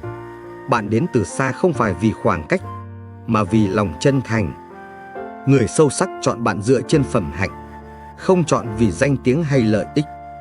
Họ không cần được vây quanh, họ chỉ cần được đồng hành thật lòng. Tại làng quê Quảng Bình, ông Hoàng, một người nông dân bình thường, chỉ chơi thân với duy nhất ông Cường từ thuở thiếu thời. Dù ai chê ông ít giao thiệp, ông vẫn giữ quan điểm, một thằng bạn biết giữ lời còn hơn 10 kẻ nói cho vui. Năm 2020, ông bị lũ cuốn mất sạch tài sản. Chỉ có ông Cường từ miền Nam lặn lội về dựng lại từng bức tường nhà, không nói một lời. Họ vẫn uống trà mỗi chiều, không cần nhắc đến ơn nghĩa. Người sâu sắc không cần bạn đông, họ cần một người thật. 48. Im lặng đúng lúc giữ được cả nhân phẩm và lòng người. Không phải mọi chuyện cũng cần phản ứng. Có những lời vu khống, công kích hay mỉa mai, nếu ta đáp lại, chỉ khiến bản thân sa vào vòng xoáy thị phi. Người khôn biết rằng im lặng đôi khi không chỉ là tự bảo vệ mình, mà còn là để giữ lòng người khác không tổn thương thêm. Tăng Tử từng nói, ngôn dĩ chi đạo, bất cập nhi phục, tắc hữu họa. Lời nói không đúng lúc chẳng những vô ích mà còn sinh họa. Sự im lặng đúng lúc là một đức tính cần rèn luyện, vì nó khó hơn gấp bội so với việc đáp trả bằng lý lẽ. Trong câu chuyện Phật giáo, có lần Đức Phật bị một người ngoại đạo lăng mạ suốt buổi. Ngài chỉ ngồi yên, không đáp. Đến khi người ấy hỏi, tại sao ông không phản ứng? Phật mỉm cười, nếu ngươi mang quả đến mà ta không nhận, thì quả ấy thuộc về ai? Người ấy cứng họng, cúi đầu xin lỗi. Lặng thinh trước điều vô nghĩa là cách giữ sự điềm đạm và nhân phẩm. Im lặng không phải là nhún nhường, mà là khi ta chọn bình an thay vì tranh thắng nhất thời. 49. Cô đơn không giết người, chỉ giết ảo tưởng. Cô đơn không hủy hoại con người, nó chỉ làm sụp đổ những niềm tin mơ hồ mà ta từng vin vào. Khi không ai bên cạnh, ta mới nhận ra đâu là mối quan hệ thật, đâu là sự dựa dẫm. Càng sống trong ảo tưởng về tình thân, tình bạn hay sự công nhận, ta càng dễ hụt hẫng khi một mình. Nhưng một khi dám đi qua cô đơn, ta sẽ bước ra với trái tim trưởng thành và đôi mắt sáng suốt hơn. Trang Tử từng viết, tịch nhiên bất động, Vạn vật tự minh, yên tĩnh thì mọi sự sẽ tự hiện ra. Cô đơn là bài kiểm tra để thanh lọc những điều giả tạm trong đời sống. Một nữ giám đốc truyền thông tại Hà Nội từng chia sẻ rằng khi bệnh nặng phải nằm viện 6 tháng, những người từng thân thiết biến mất dần. Ban đầu, chị oán trách, nhưng dần dà, chị bắt đầu viết, đọc, quan sát. Sau khi khỏi bệnh, chị nghỉ việc, chuyển sang viết sách tĩnh tâm. Cô đơn giúp tôi nhận ra mình đã sống quá lâu trong sự công nhận ảo. Bây giờ, tôi sống thật, dù không đông người. Cô đơn không giết người, nó giết những thứ lấp lánh bên ngoài để trả lại con người thật ở bên trong. 50. Một người trầm lặng có thể hiểu nhiều hơn người nói nhiều. Kẻ nói nhiều chưa chắc đã thấu hiểu. Người trầm lặng, vì ít nói, nên thường dành thời gian quan sát, suy ngẫm, kết nối sự việc theo chiều sâu. Lặng im là nơi mà tư duy bén nhạy được nuôi dưỡng, là nơi trực giác lặng lẽ lớn lên. Mạnh Tử từng nói, chi giả bất ngôn, ngôn giả bất chi. Người hiểu thường không nói nhiều, kẻ nói nhiều thường chưa thấu. Người trầm lặng không vì họ thiếu điều để nói, mà vì họ chọn nói đúng lúc, nói điều cần thiết. Còn lại, để tâm trí quan sát thế giới mà không làm khuấy động nó. Năm 2010, tại một cuộc thi toán học quốc tế, cậu bé người Việt tên Tùng được ban giám khảo chú ý vì suốt vòng thi không hỏi gì, không nhờ trợ giúp, chỉ lặng lẽ viết. Kết quả, cậu đạt điểm tuyệt đối, giải thích bằng lời ngắn gọn mà xúc tích. Một giám khảo người Pháp nhận xét, em ấy không chỉ làm đúng, mà còn hiểu bản chất sâu xa nhất của đề bài. Người trầm lặng thường không làm ồn, nhưng khi họ lên tiếng, mọi người phải lắng nghe, bởi họ đã quan sát đủ để nói ra điều giá trị nhất. 51. Lặng lẽ là sức mạnh của người từng trải. Người từng va chạm đủ nhiều, đau đủ sâu, không còn nói nhiều hay thể hiện nhiều. Họ chọn lặng lẽ bước đi, không phải vì yếu đuối, mà vì đã thấu hiểu rằng điều gì thật thì không cần phô trương, điều gì bền thì không vội vã. Cổ nhân dạy, hữu lực giả bất hiền, hữu trí giả bất ngôn. Người có lực không cần phô, người có trí không cần nói. Lặng lẽ là nơi sự điềm đạm trưởng thành. Đó là tiếng nói của nội lực, chứ không phải sự rút lui. Người từng trải chọn lặng im, vì họ không cần phải thắng trong lời nói, mà muốn thắng trong cách sống. Tại thời nhà Lý, danh tướng Lý Thường Kiệt sau chiến thắng vang dội ở sông Như Nguyệt không mở tiệc, không nhận thưởng, chỉ lặng lẽ rút quân về. Khi triều đình hỏi lý do, ông đáp, làm tướng là để giữ nước, không phải để rêu rao chiến công. Sau này, khi nhắc đến ông, người đời không nhớ ông đã nói những gì, chỉ nhớ ông là người đứng phía sau yên bình của cả triều đại. Lặng lẽ bước đi, nhưng dấu chân thì không bao giờ nhạt. 52. Người hiểu đời ít nói, nhiều cảm thông. Hiểu đời không phải để trở nên sắc sảo trong tranh cãi, mà là để biết cách lắng nghe và cảm thông. Người sống càng sâu càng ít phán xét, vì họ hiểu rằng mỗi người đều có những nỗi khổ không thể kể ra. Họ không dùng lời để tỏ vẻ đúng, mà dùng sự trầm lặng để thấu hiểu. Mạnh Tử từng nói, chi nhân giả trí, tự chi giả minh. Biết người là trí, biết mình là sáng. Người hiểu đời là người không dễ gì giận, không vội gì trách, bởi họ nhìn sự việc từ nhiều phía và cảm nhận bằng cả trái tim đã từng đau. Năm 2017, trong một chương trình truyền hình tại Hàn Quốc, nữ diễn viên Kim Ha-e-suk, nổi tiếng với các vai mẹ khổ hạnh, khiến khán giả lặng đi khi chia sẻ. Tôi ít khi nói về lỗi của ai, vì tôi cũng từng là người sai rất nhiều. Chính sự điềm tĩnh, không vội kết luận ấy đã khiến bà trở thành người được yêu mến trong cả sự nghiệp lẫn đời thường. Người càng hiểu nhiều, càng mềm mỏng. Họ không sống để thắng, mà để giữ lại chút tình người giữa một thế giới dễ tổn thương. 53. Sự yên lặng là cánh cửa dẫn đến trí tuệ. Muốn học được điều sâu sắc nhất, đầu tiên phải biết yên lặng. Khi lòng còn ồn ào, tâm trí không thể tiếp thu được gì ngoài phản ứng. Nhưng khi ta biết lùi lại, giữ lặng bên trong, thì mọi thứ bắt đầu kết nối lại với nhau. Cảm xúc, lý trí, trực giác và sự quan sát. Lão Tử từng viết: chỉ tĩnh vi toàn, bất ngôn nhi thành. Chỉ trong sự tĩnh lặng, mọi sự mới trọn vẹn. Trí tuệ không sinh từ lời nói hoa mỹ, mà từ những lúc ta dừng lại, quan sát và suy ngẫm trước khi phản ứng.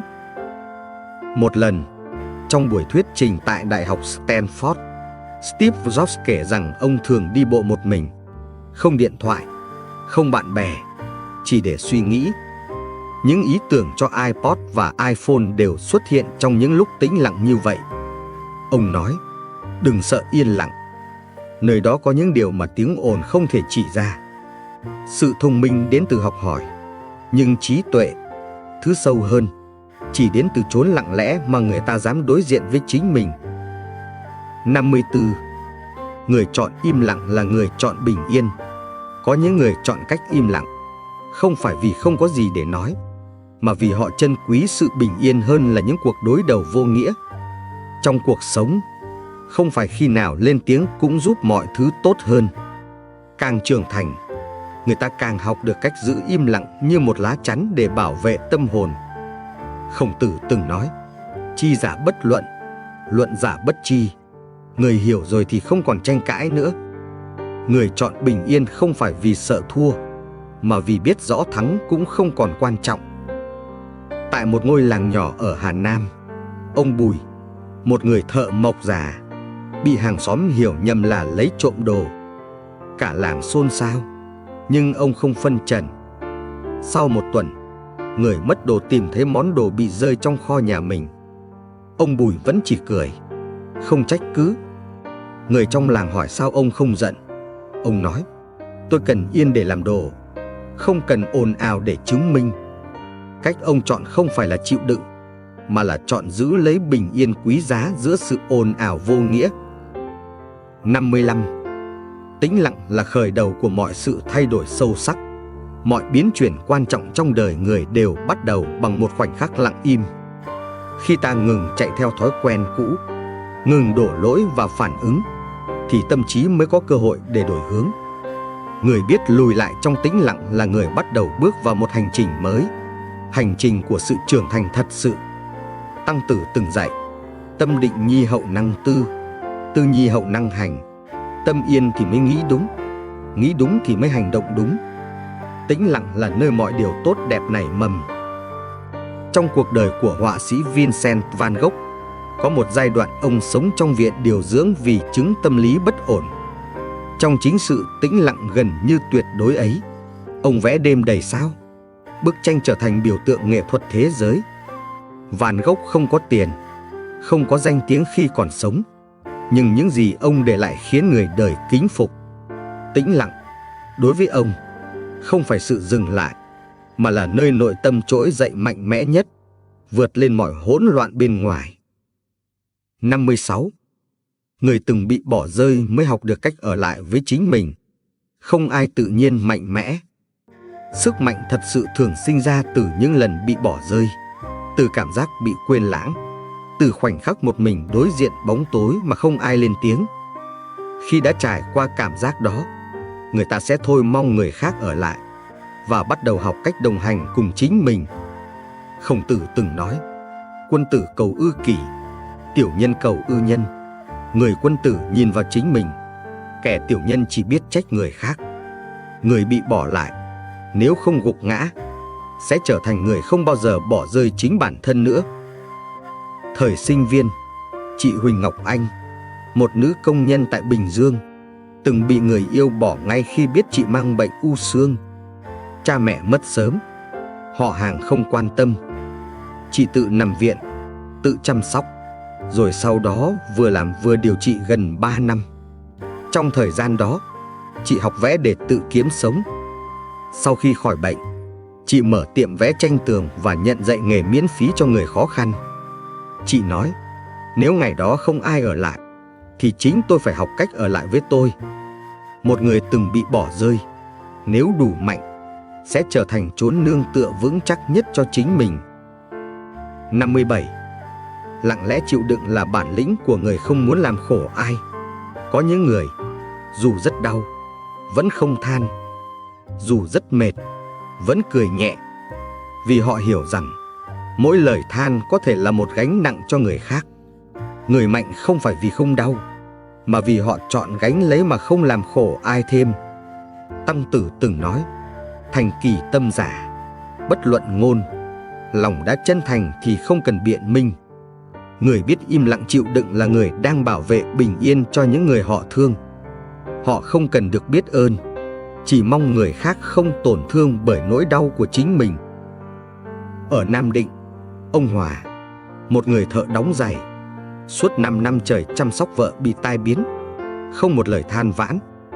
Ông giấu đi việc mình bị thoái hóa khớp, mỗi sáng vẫn đạp xe đi lấy ra, về may giày, tối đút từng thìa cháo cho vợ.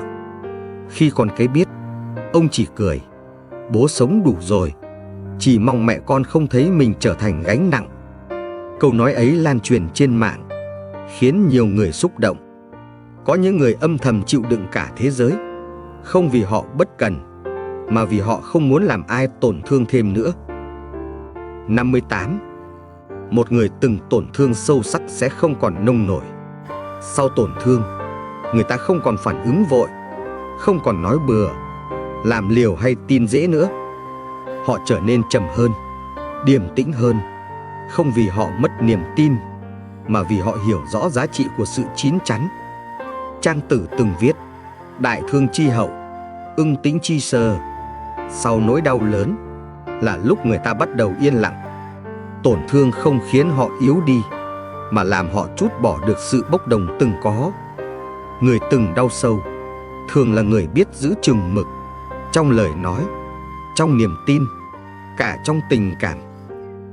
Ở Canada, nhà khoa học Marie Curie từng mất chồng vì tai nạn phòng thí nghiệm, khi cả hai đang cùng nghiên cứu về phóng xạ. Sau cái chết đó, bà gần như biến mất khỏi đời sống công khai. Nhiều năm sau, bà tái xuất, chậm rãi, ít nói, nhưng lại tiếp tục công bố những nghiên cứu mang tính nền tảng và trở thành người phụ nữ đầu tiên nhận 2 giải Nobel. Tổn thương không giết chết bà, nó khiến bà im lặng hơn và sâu sắc hơn. Ai từng rơi xuống đáy mới hiểu sự bình tĩnh là cách duy nhất để đứng dậy mà không gãy thêm lần nữa. 59. Người từng thất vọng nhiều sẽ học cách kỳ vọng ít lại. Sự thất vọng nhiều lần dạy người ta bớt kỳ vọng. Không còn mong ai phải như ý mình, không còn tin rằng tất cả đều sẽ giữ lời, không còn ép cuộc đời phải đi theo kế hoạch. Mạnh Tử từng dạy, dĩ bất biến ứng vạn biến, lấy sự vững vàng mà ứng với muôn thay đổi.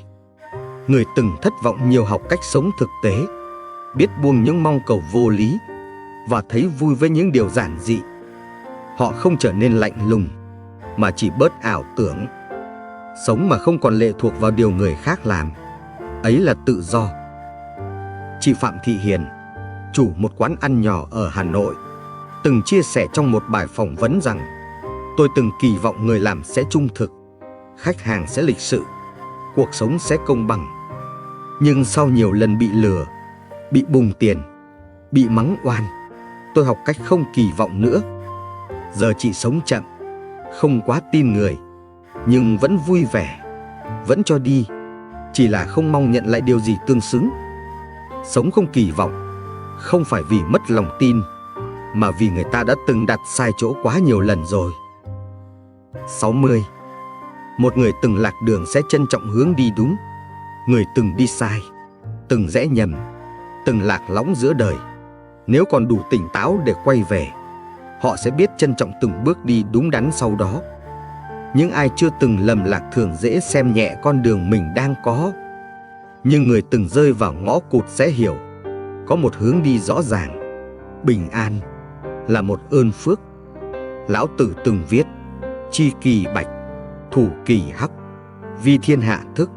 Biết mình từng sai mà vẫn giữ sự khiêm nhường mới là người thức tỉnh. Lạc đường dạy người ta nhìn lại và sửa mình. Vào năm 2014, anh Lê Hữu Toàn, từng là một tay đua xe trái phép ở Đà Nẵng, bị tai nạn nghiêm trọng. Khi tỉnh dậy sau ca mổ kéo dài 6 tiếng, anh kể: tôi không sợ chết, chỉ sợ sống mà không biết đi đâu. Sau vụ đó, anh bỏ xe, học nghề điện lạnh và giờ là chủ một xưởng nhỏ. Anh hay kể chuyện mình cho học sinh cá biệt ở trường gần nhà. Tôi từng lạc đường, anh nói, nên tôi biết thế nào là quý một con đường đúng. Người từng đi sai, nếu còn cơ hội sửa, sẽ bước đi vững hơn rất nhiều người chưa từng ngã. 61. Người từng đi qua bóng tối mới hiểu giá trị ánh sáng. Có người cả đời sống trong đầy đủ, nên coi mọi điều tốt đẹp là lẽ hiển nhiên. Nhưng người từng ngụp lặn trong tuyệt vọng, từng vật vã giữa khốn khó, khi thấy được ánh sáng, họ không chỉ vui mừng, mà còn biết trân trọng. Trang Tử từng viết: biết tối thì sáng mới rõ, biết vấp thì bước mới vững. Người từng sống giữa tổn thương, khi có được yêu thương, sẽ không hời hợt. Người từng sống giữa phản bội, khi gặp được chân thành, sẽ không coi nhẹ. Càng đi qua bóng tối, càng hiểu sự sáng không phải là thứ để khoe, mà là điều để gìn giữ. Tại huyện Kỳ Sơn, Nghệ An, cô giáo Lô Thị Mận, người dân tộc Thái, từng phải học dưới ánh đèn dầu rọi từ nắp nồi. Mỗi lần mất điện, cô ngồi học trong bếp, nơi có ánh lửa. Lên đại học, cô từng nhịn ăn để dành tiền mua sách.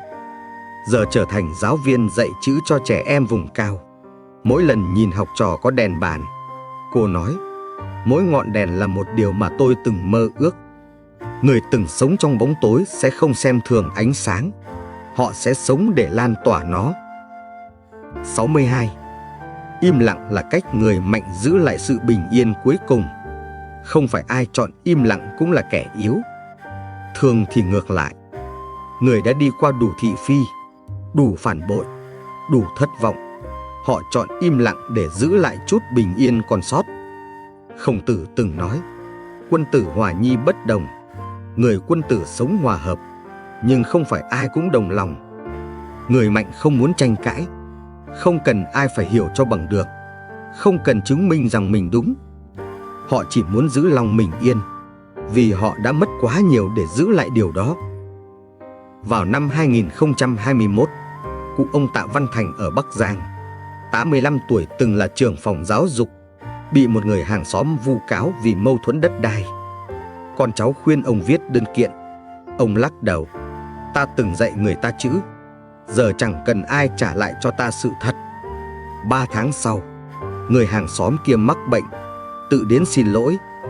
Ông chỉ đáp: giữ được yên trong lòng đã khó, ta không cần làm ai thêm dối. Người im lặng không phải vì thua, mà vì họ hiểu thắng hay thua cũng không đổi được sự yên đã vỡ.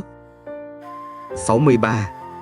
Người từng mất tất cả mới hiểu đâu là thứ cần giữ. Khi còn đầy đủ, người ta dễ ôm lấy tất cả những thứ phù phiếm, cả những mối quan hệ hời hợt.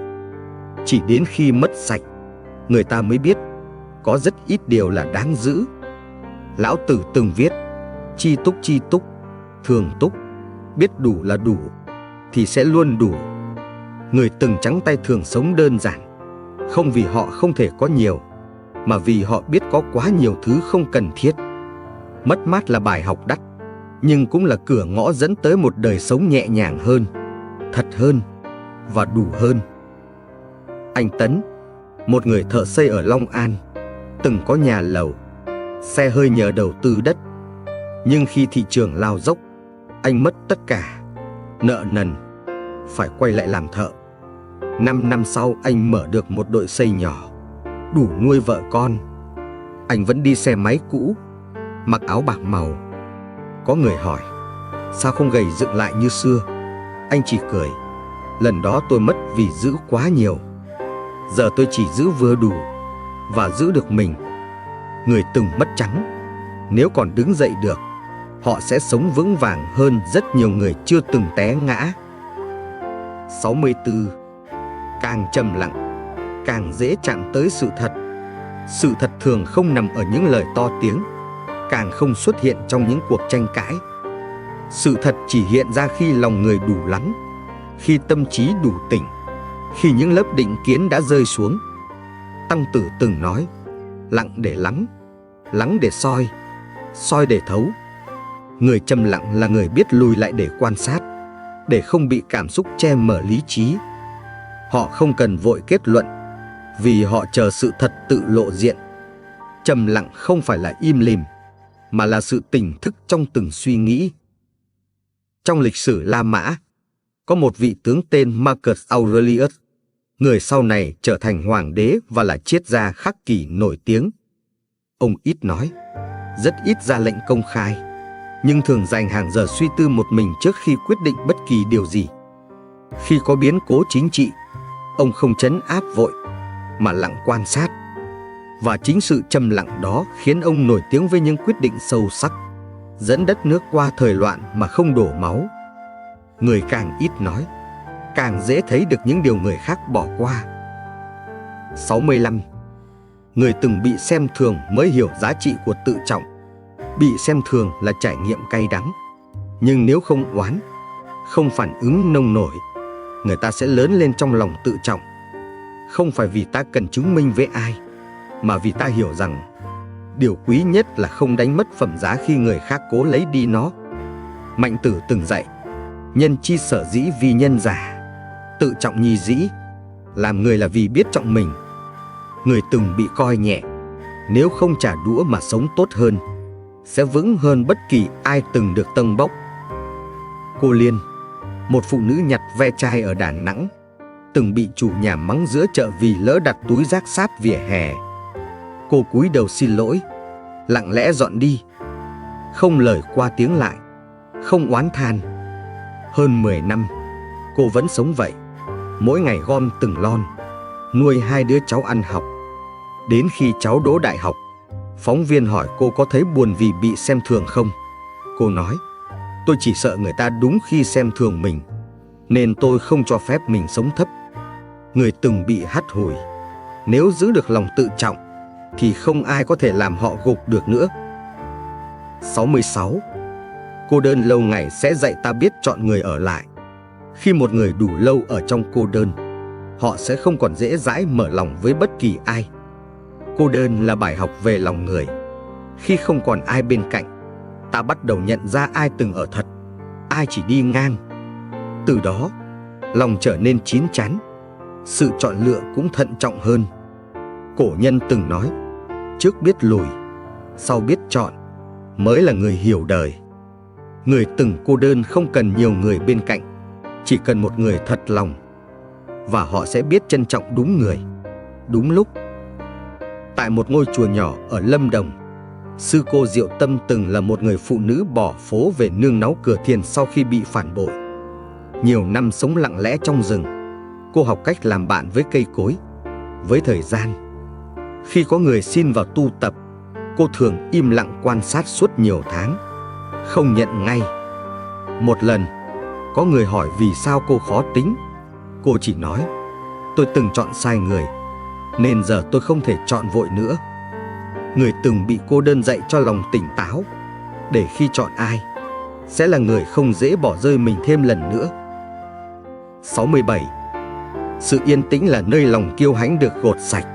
Giữa ồn ào, người ta dễ bị cuốn theo cái tôi, lời khen, sự tung hô, sự đối đầu.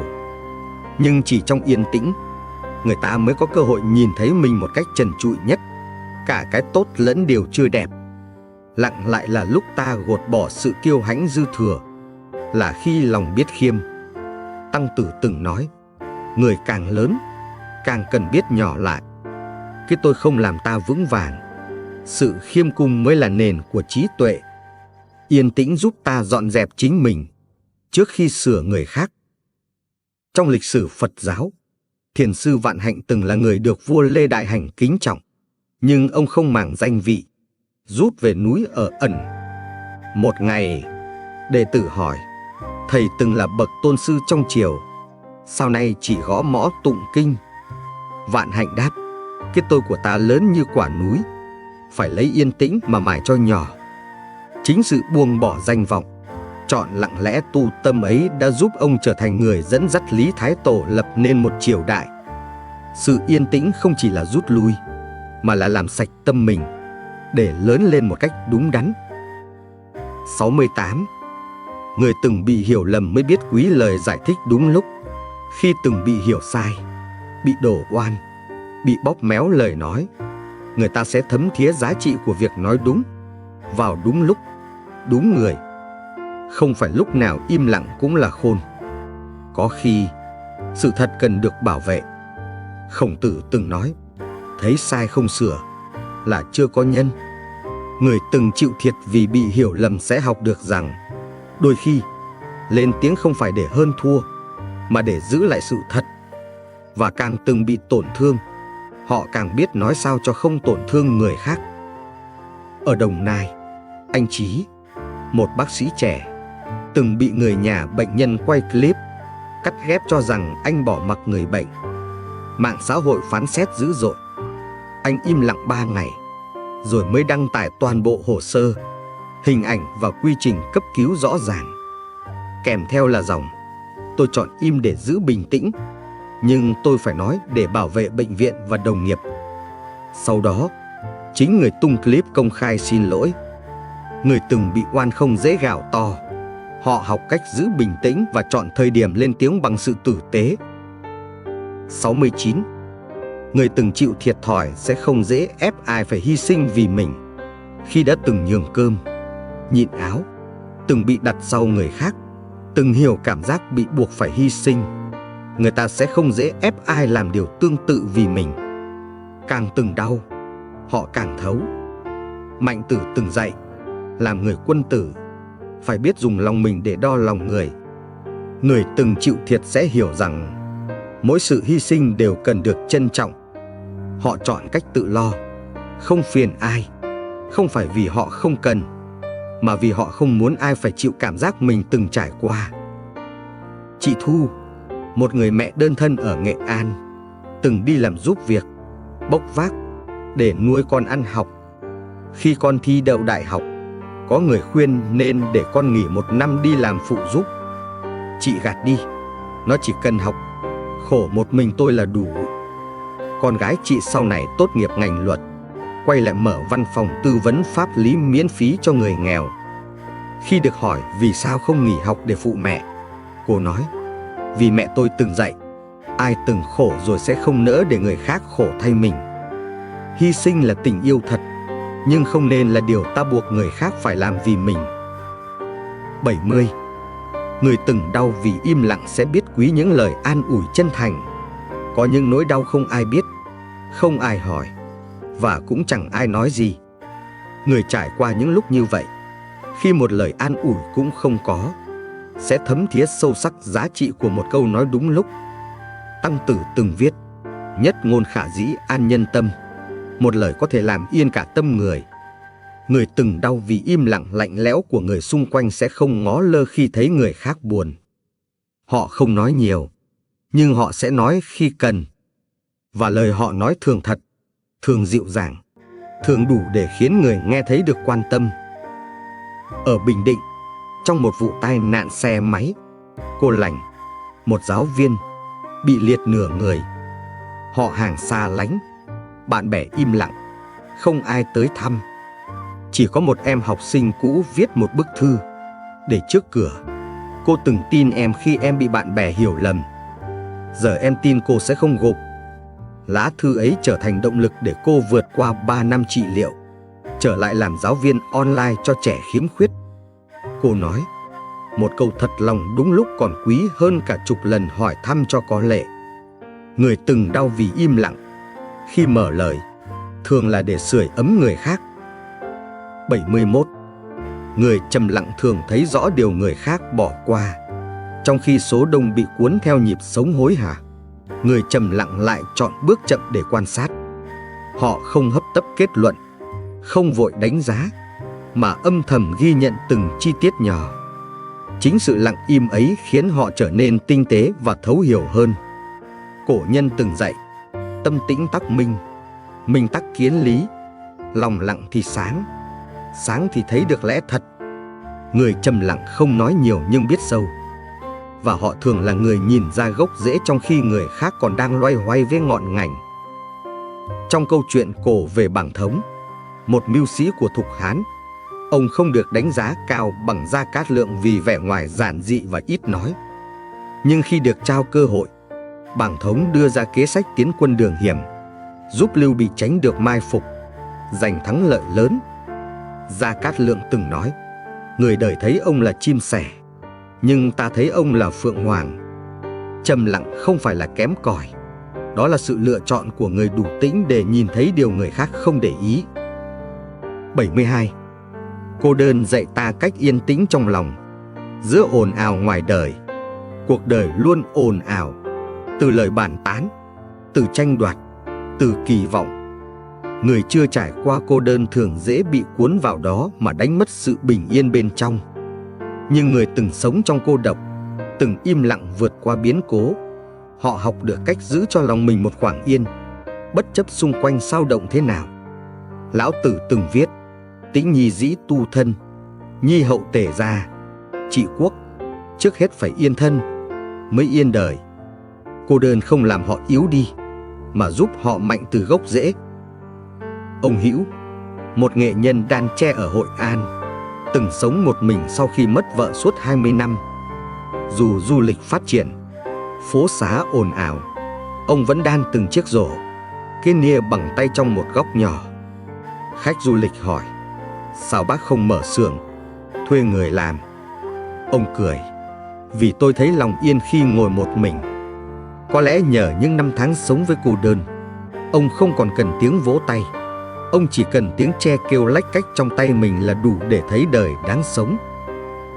73. Người từng bị bỏ quên mới hiểu thế nào là hiện diện trọn vẹn. Không ai muốn mình bị lãng quên. Nhưng khi đã từng sống trong cảm giác bị xem như không tồn tại, người ta sẽ hiểu sâu sắc giá trị của sự hiện diện. Không phải chỉ là có mặt, mà là có mặt bằng cả trái tim. Mạnh Tử từng dạy, dĩ tâm cảm tâm, kỳ cảm giá chân, dùng tim chạm tới tim, sự chạm ấy mới là thật. Người từng bị bỏ rơi học được cách lắng nghe, để ý, yêu thương đúng lúc, vì họ hiểu thế nào là sự lạnh lẽo khi bị phớt lờ giữa cuộc đời. Chị Hường, một nhân viên vệ sinh tại một trường học ở Đồng Nai, từng chia sẻ rằng suốt 10 năm, học sinh và giáo viên ít ai biết tên chị. Một lần, em nhỏ lớp 3 bị ngã trong nhà vệ sinh. Chính chị là người băng bó và đưa em lên phòng y tế.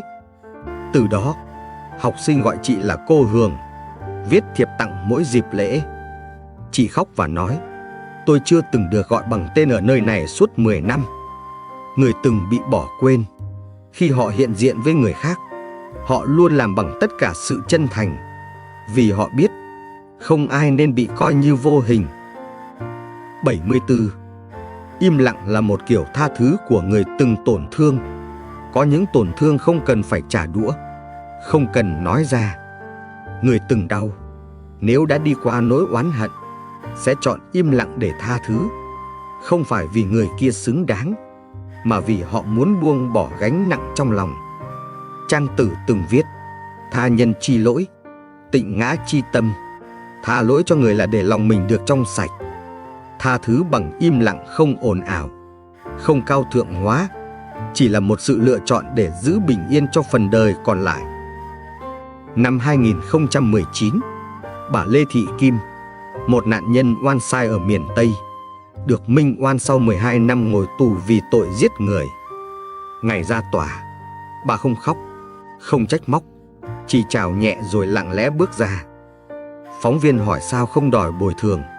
Bà chỉ nói, tôi tha cho họ, vì tôi muốn sống nốt phần đời còn lại mà không bị giận dữ hành hạ. Sự im lặng của bà không phải yếu đuối, mà là dấu hiệu của một tâm hồn đã từng bị nghiền nát, giờ chỉ mong được yên.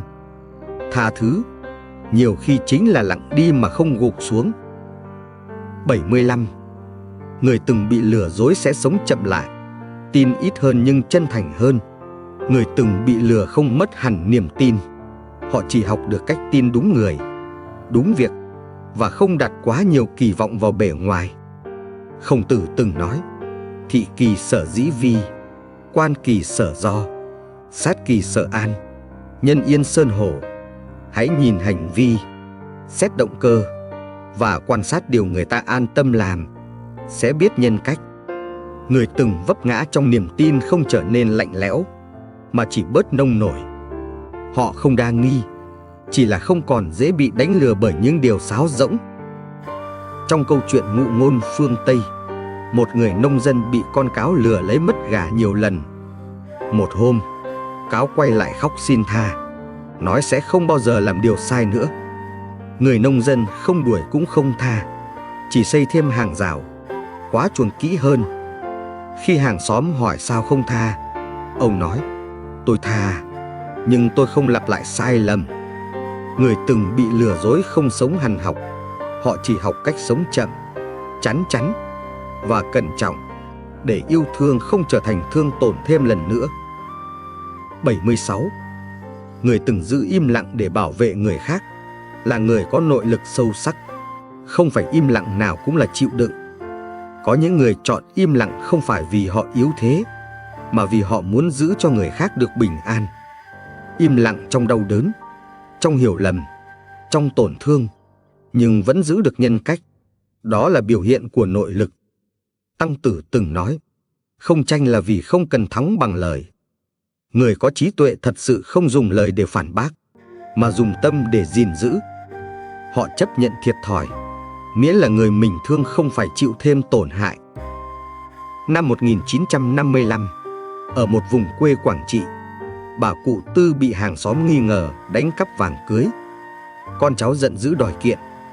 Bà im lặng, không giải thích. 2 năm sau, người mất vàng phát hiện hũ chôn nhầm dưới gốc chuối sau nhà. Khi mọi người xin lỗi, bà chỉ nói, lúc ấy, nếu tôi nói, có thể khiến người ta xấu hổ mà tuyệt vọng. Sự im lặng của bà không phải là yếu đuối, mà là lòng bao dung đã thắng cả sự giận dữ. Có những người sống sâu đến mức sẵn sàng chịu oan, miễn là người khác được giữ lại chút danh dự cuối cùng. 77. Người càng từng trải, càng ít phán xét. Người chưa từng đau khổ dễ hay phán xét người khác. Nhưng ai đã từng trải qua vấp ngã, mất mát, thất bại, họ sẽ hiểu cuộc đời mỗi người là một hành trình riêng. Không ai có đủ tư cách để cầm thước đo đạo đức đi chấm điểm người khác. Mạnh Tử từng nói, biết người là trí, biết mình là sáng. Càng từng trải, càng biết đặt mình vào chỗ của người, càng học được cách lắng nghe hơn là kết tội. Người sống sâu là người biết im lặng trước những điều mình chưa hiểu trọn vẹn. Một giáo sư đại học ở thành phố Hồ Chí Minh, ông Trần Khánh, từng nhận một sinh viên bỏ học 2 năm quay lại. Dù nhiều người phản đối, ông chỉ nhẹ nói, tôi cũng từng là một đứa trẻ mất phương hướng. Sau đó, sinh viên ấy trở thành thủ khoa tốt nghiệp. Trong bài luận cuối khóa, cậu viết, thầy không hỏi vì sao em từng bỏ học. Thầy chỉ dạy em bằng ánh mắt của người từng ngã mà không trách ai. Người càng đi qua nhiều biến cố, càng biết sự lặng im đầy thấu hiểu còn hơn cả ngàn lời lên án. 78. Người từng bị phản bội sẽ không dễ phản bội ai. Ai từng một lần bị phản bội, từ bạn bè, người thân, người yêu, đều thấm cái lạnh từ lòng tin bị đâm sau lưng. Nếu người đó đủ mạnh mẽ để không trả đũa, họ sẽ trở thành người tử tế nhất, bởi vì họ không muốn làm người khác đau như mình từng đau. Khổng Tử từng nói, kỷ sở bất dục, vật thi ư nhân. Điều mình không muốn, đừng làm với người khác. Người từng bị tổn thương nếu không cay nghiệt, thì lòng họ sẽ trở nên trong sáng hơn. Họ sống có ranh giới, nhưng vẫn có lòng thương. Nữ đạo diễn Mai Duyên từng làm trợ lý cho một nhà sản xuất nổi tiếng, bị chính ông ta cướp kịch bản rồi gạt tên khỏi dự án. Nhiều năm sau, khi có cơ hội làm giám khảo, chị gặp lại một tác giả trẻ bị đối xử tương tự. Thay vì lạnh lùng, chị bảo vệ bạn ấy đến cùng, giúp phát hành phim đầu tay. Khi được hỏi vì sao giúp đỡ, chị đáp, vì tôi biết cảm giác bị phản bội mà không ai đứng về phía mình. Người từng bị phản bội mà không mất đi lòng trắc ẩn, ấy là người mạnh nhất. 79. Người từng bị cười nhạo vì yếu kém sẽ lặng lẽ nỗ lực thay vì khoe khoang.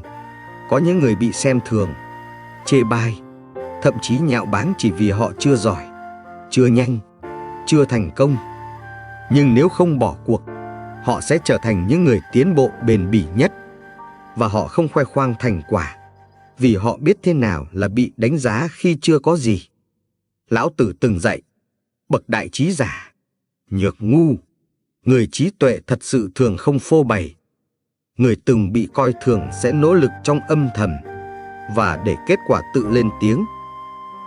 Tại một trường phổ thông ở Thái Bình, em Tuấn từng bị giáo viên chủ nhiệm đánh giá là học sinh cá biệt, không có khả năng tiến bộ. Em không cãi, không phản ứng. 3 năm sau, em thi đỗ Đại học Y Hà Nội. Trong lễ tri ân, em gửi tặng lại thầy một bức thư, cảm ơn vì thầy từng nghĩ em không thể. Điều đó khiến em muốn chứng minh trong yên lặng. Người từng bị chê bai sẽ không vội vã ăn mừng khi thành công, vì họ hiểu cái đáng quý nhất không phải là sự công nhận, mà là hành trình lặng lẽ tự chứng minh mình. 80. Người từng bị chối bỏ mới hiểu giá trị của một cái ôm đúng lúc. Không ai muốn mình bị từ chối, nhưng ai từng nếm trải cảm giác ấy, từ tình thân, tình bạn hay tình yêu, sẽ thấu hiểu sức mạnh của một cái ôm đúng lúc. Không cần lời nói cao siêu, đôi khi chỉ một cử chỉ ấm áp cũng đủ kéo ai đó khỏi vực sâu tuyệt vọng. Cổ nhân từng dạy, vạn vật chi tình, giai dục tồn. Mọi sinh linh đều khao khát được giữ lại, được yêu thương. Người từng bị chối bỏ sẽ không keo kiệt với sự dịu dàng, bởi họ biết giá trị của sự nâng đỡ đúng lúc. Câu chuyện của bé Lâm, một học sinh lớp 4 tại Hà Nội, khiến nhiều người xúc động. Bố mẹ ly hôn, em sống lặng lẽ, thường bị bạn bè trêu chọc vì ít nói. Một hôm, em bỗng ôm chầm cô giáo chủ nhiệm sau tiết học và bật khóc. Cô kể lại, hôm đó tôi chỉ gọi em lên bảng, đặt tay nhẹ lên vai và nói, cô tin con giỏi lắm. Hành động đơn giản ấy với cô là thói quen, nhưng với em là lần đầu được ai đó chạm vào mà không giày la. Người từng bị chối bỏ, khi nhận được một vòng tay thật, sẽ không bao giờ quên. Và khi họ lớn lên, họ sẽ trao lại vòng tay đó cho người khác, bằng tất cả chân thành. 81. Người từng chịu sự im lặng từ người mình thương, sẽ không bao giờ xem nhẹ lời hồi đáp. Khi ai đó yêu thương bạn mà vẫn im lặng trước nỗi đau của bạn, đó là cảm giác cô đơn tột cùng. Người từng nếm trải điều này sẽ hiểu rõ giá trị của một câu trả lời, một lời phản hồi dù nhỏ bé. Họ không cần lời hoa mỹ, họ chỉ mong một dấu hiệu chứng minh rằng cảm xúc của mình không bị bỏ rơi. Khổng Tử từng nói, kẻ không trả lời là không tôn trọng người hỏi. Người từng im lặng chịu đựng lời phớt lờ của người khác, khi trưởng thành, sẽ học cách phản hồi bằng cả tấm lòng, không để ai phải cảm thấy bị lãng quên như chính họ từng. Năm 2022, một học sinh tại Lạng Sơn gửi 18 lá thư xin lỗi đến người cha đã bỏ đi từ nhỏ. Không có một lá nào được hồi đáp. Em chỉ viết, chỉ cần một dòng thôi, để con biết ba vẫn nhớ con. Sau 5 năm, em dừng viết. Câu chuyện lan truyền, khiến nhiều người bật khóc. Một nhà tâm lý học từng nói, thứ giết chết một đứa trẻ không phải là sự thiếu thốn, mà là sự im lặng từ người mà chúng yêu thương nhất. Người từng bị lặng thinh từ người mình thương sẽ không bao giờ im lặng khi người khác cần lời từ mình. 82. Ai từng bị ngắt lời nhiều sẽ học cách lắng nghe đến cuối cùng. Ngắt lời là một sự tổn thương tinh vi. Khi bị ngắt lời, người ta cảm thấy như suy nghĩ của mình không đáng để người khác kiên nhẫn đón nhận. Người từng chịu cảm giác ấy sẽ biết trân trọng việc lắng nghe trọn vẹn. Họ không hấp tấp, không chen ngang, không phán xét nửa chừng. Trang Tử từng viết, người nói chưa hết, kẻ nghe đã hiểu, là chưa thực hiểu. Người từng bị ngắt lời sẽ học cách lắng nghe bằng cả sự tôn trọng và kiên nhẫn, bởi họ biết những điều sâu thẳm nhất chỉ hé lộ ở cuối câu chuyện. Một nhà văn nổi tiếng, Haruki Murakami, từng kể rằng khi còn trẻ, ông thường bị thầy giáo phớt lờ, ngắt lời ngay cả khi ông chưa kịp nói hết ý. Điều ấy khiến ông thu mình, ít nói và viết nhật ký thay vì chia sẻ. Về sau, khi trở thành nhà văn, ông luôn viết văn chậm, miêu tả tỉ mỉ từng chi tiết nhỏ, như một cách để bù đắp cho những lần bị lắng nghe dở dang. Lắng nghe trọn vẹn là một sự tử tế, và chỉ người từng bị ngắt lời mới hiểu sự dịu dàng nằm ở việc chờ người khác nói hết. 83. Người từng bị đám đông quay lưng sẽ biết cách đứng về phía kẻ yếu. Sự lạnh lẽo khốc liệt nhất không đến từ kẻ thù, mà từ ánh mắt thờ ơ của đám đông. Người từng bị cả tập thể xa lánh, lên án hoặc lặng lẽ quay lưng sẽ hiểu rằng lòng người có thể lạnh hơn băng đá. Nhưng nếu họ không hóa cay độc, họ sẽ trở thành người biết giang tay đúng lúc khi thấy ai đó đang đơn độc giữa búa rìu dư luận. Mạnh Tử dạy, khi thiên hạ dồn về một phía, người quân tử phải dám đứng một mình. Người từng bị vùi dập bởi đám đông mà không mất nhân tính sẽ biết bảo vệ điều đúng mà không cần ai đứng cùng. Tại một ngôi trường ở Huế, một nam sinh từng bị hiểu nhầm là ăn cắp tiền lớp. Cả lớp quay lưng, thầy cô cũng ngầm tin là thật. Duy chỉ có một bạn nữ, tên My, ngồi lại cùng cậu trong giờ ra chơi, hỏi nhỏ: "Bạn có muốn kể cho mình nghe không?" Sau này, thủ phạm thật bị phát hiện. My nói, mình từng bị vu oan vì mất đồ ăn ở nhà trẻ, nên mình hiểu. Sự công bằng không phải lúc nào cũng đến từ số đông.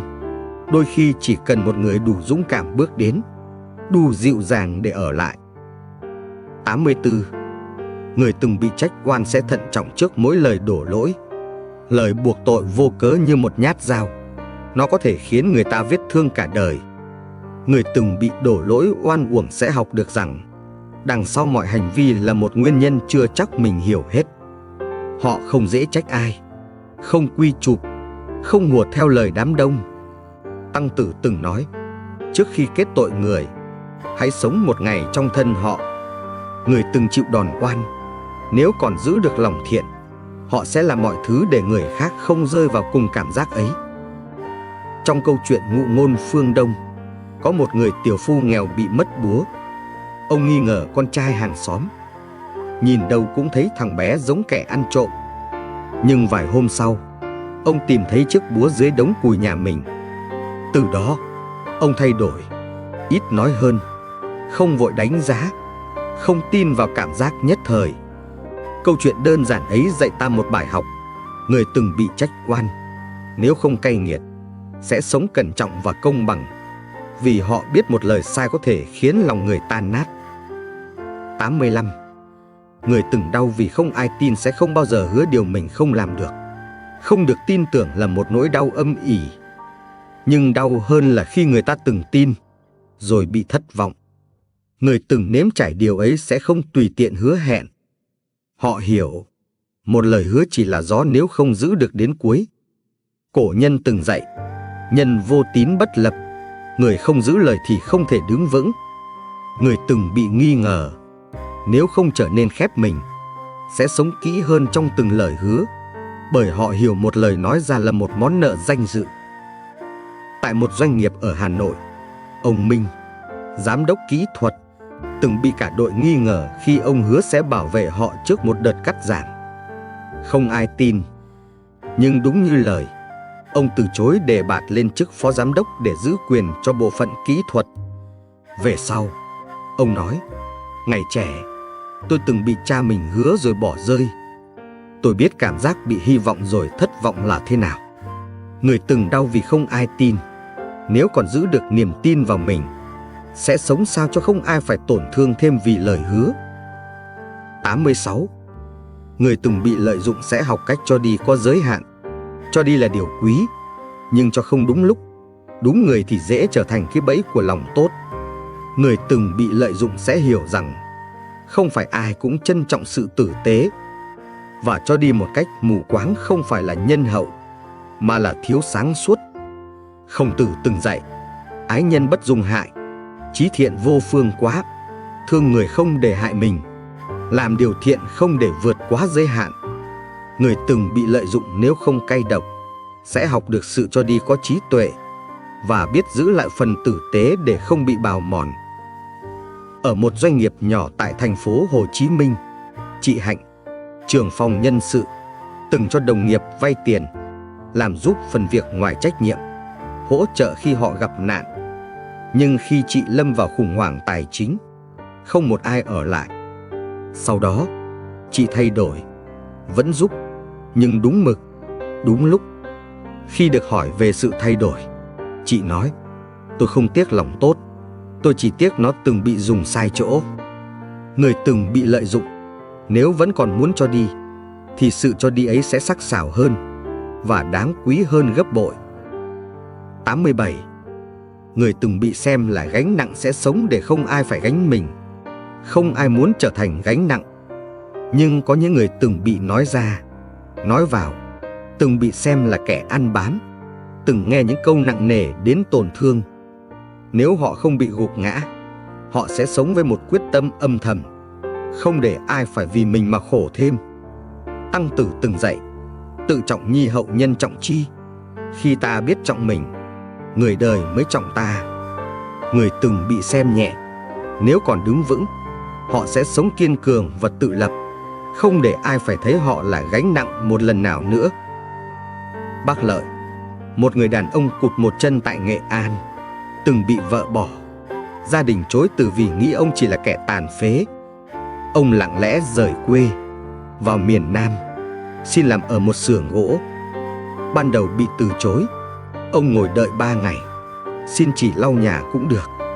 Cuối cùng, ông trở thành người giám sát kỹ thuật nhờ sự cần mẫn.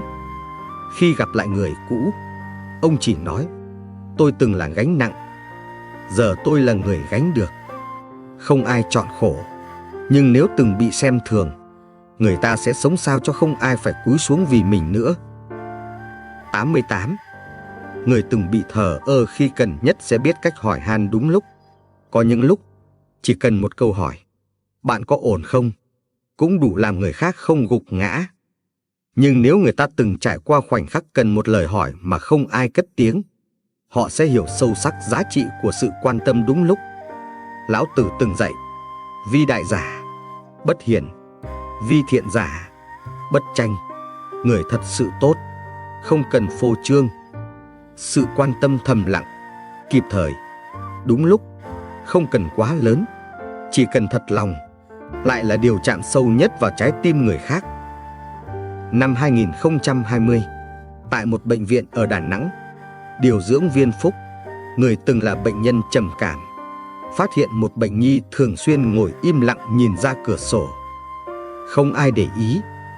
Anh lặng lẽ ngồi cạnh, hỏi, con có nhớ ai không? Đứa trẻ òa khóc, mẹ em qua đời vì tai nạn, em không nói với ai. Anh Phúc kể, tôi từng chờ một câu hỏi như vậy suốt 3 năm mà không ai hỏi. Giờ tôi không để ai phải chờ như tôi. Người từng bị thờ ơ, nếu không khép lòng, sẽ trở thành người mang ánh sáng đúng lúc cho người khác.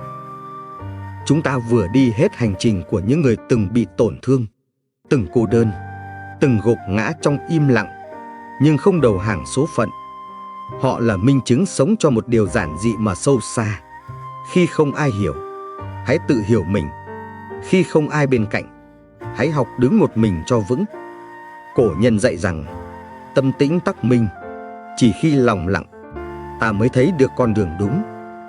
Và đôi khi, những ai im lặng nhất lại là người đang sống nội lực nhất. Bạn thân mến, cảm ơn vì đã đồng hành cùng tôi đến tận những dòng cuối cùng này. Nếu một câu nói trong video chạm vào điều bạn từng trải qua, hoặc khiến bạn nhìn lại chính mình sâu hơn, hãy để lại một bình luận chia sẻ nhé. Đừng quên nhấn đăng ký kênh Cổ Nhân Dạy để không bỏ lỡ những video tiếp theo, nơi mỗi câu chuyện đều là một bài học quý báu được chắt lọc từ trí tuệ của người xưa, để soi sáng cho người hôm nay. Hẹn gặp lại bạn trong những hành trình tiếp theo.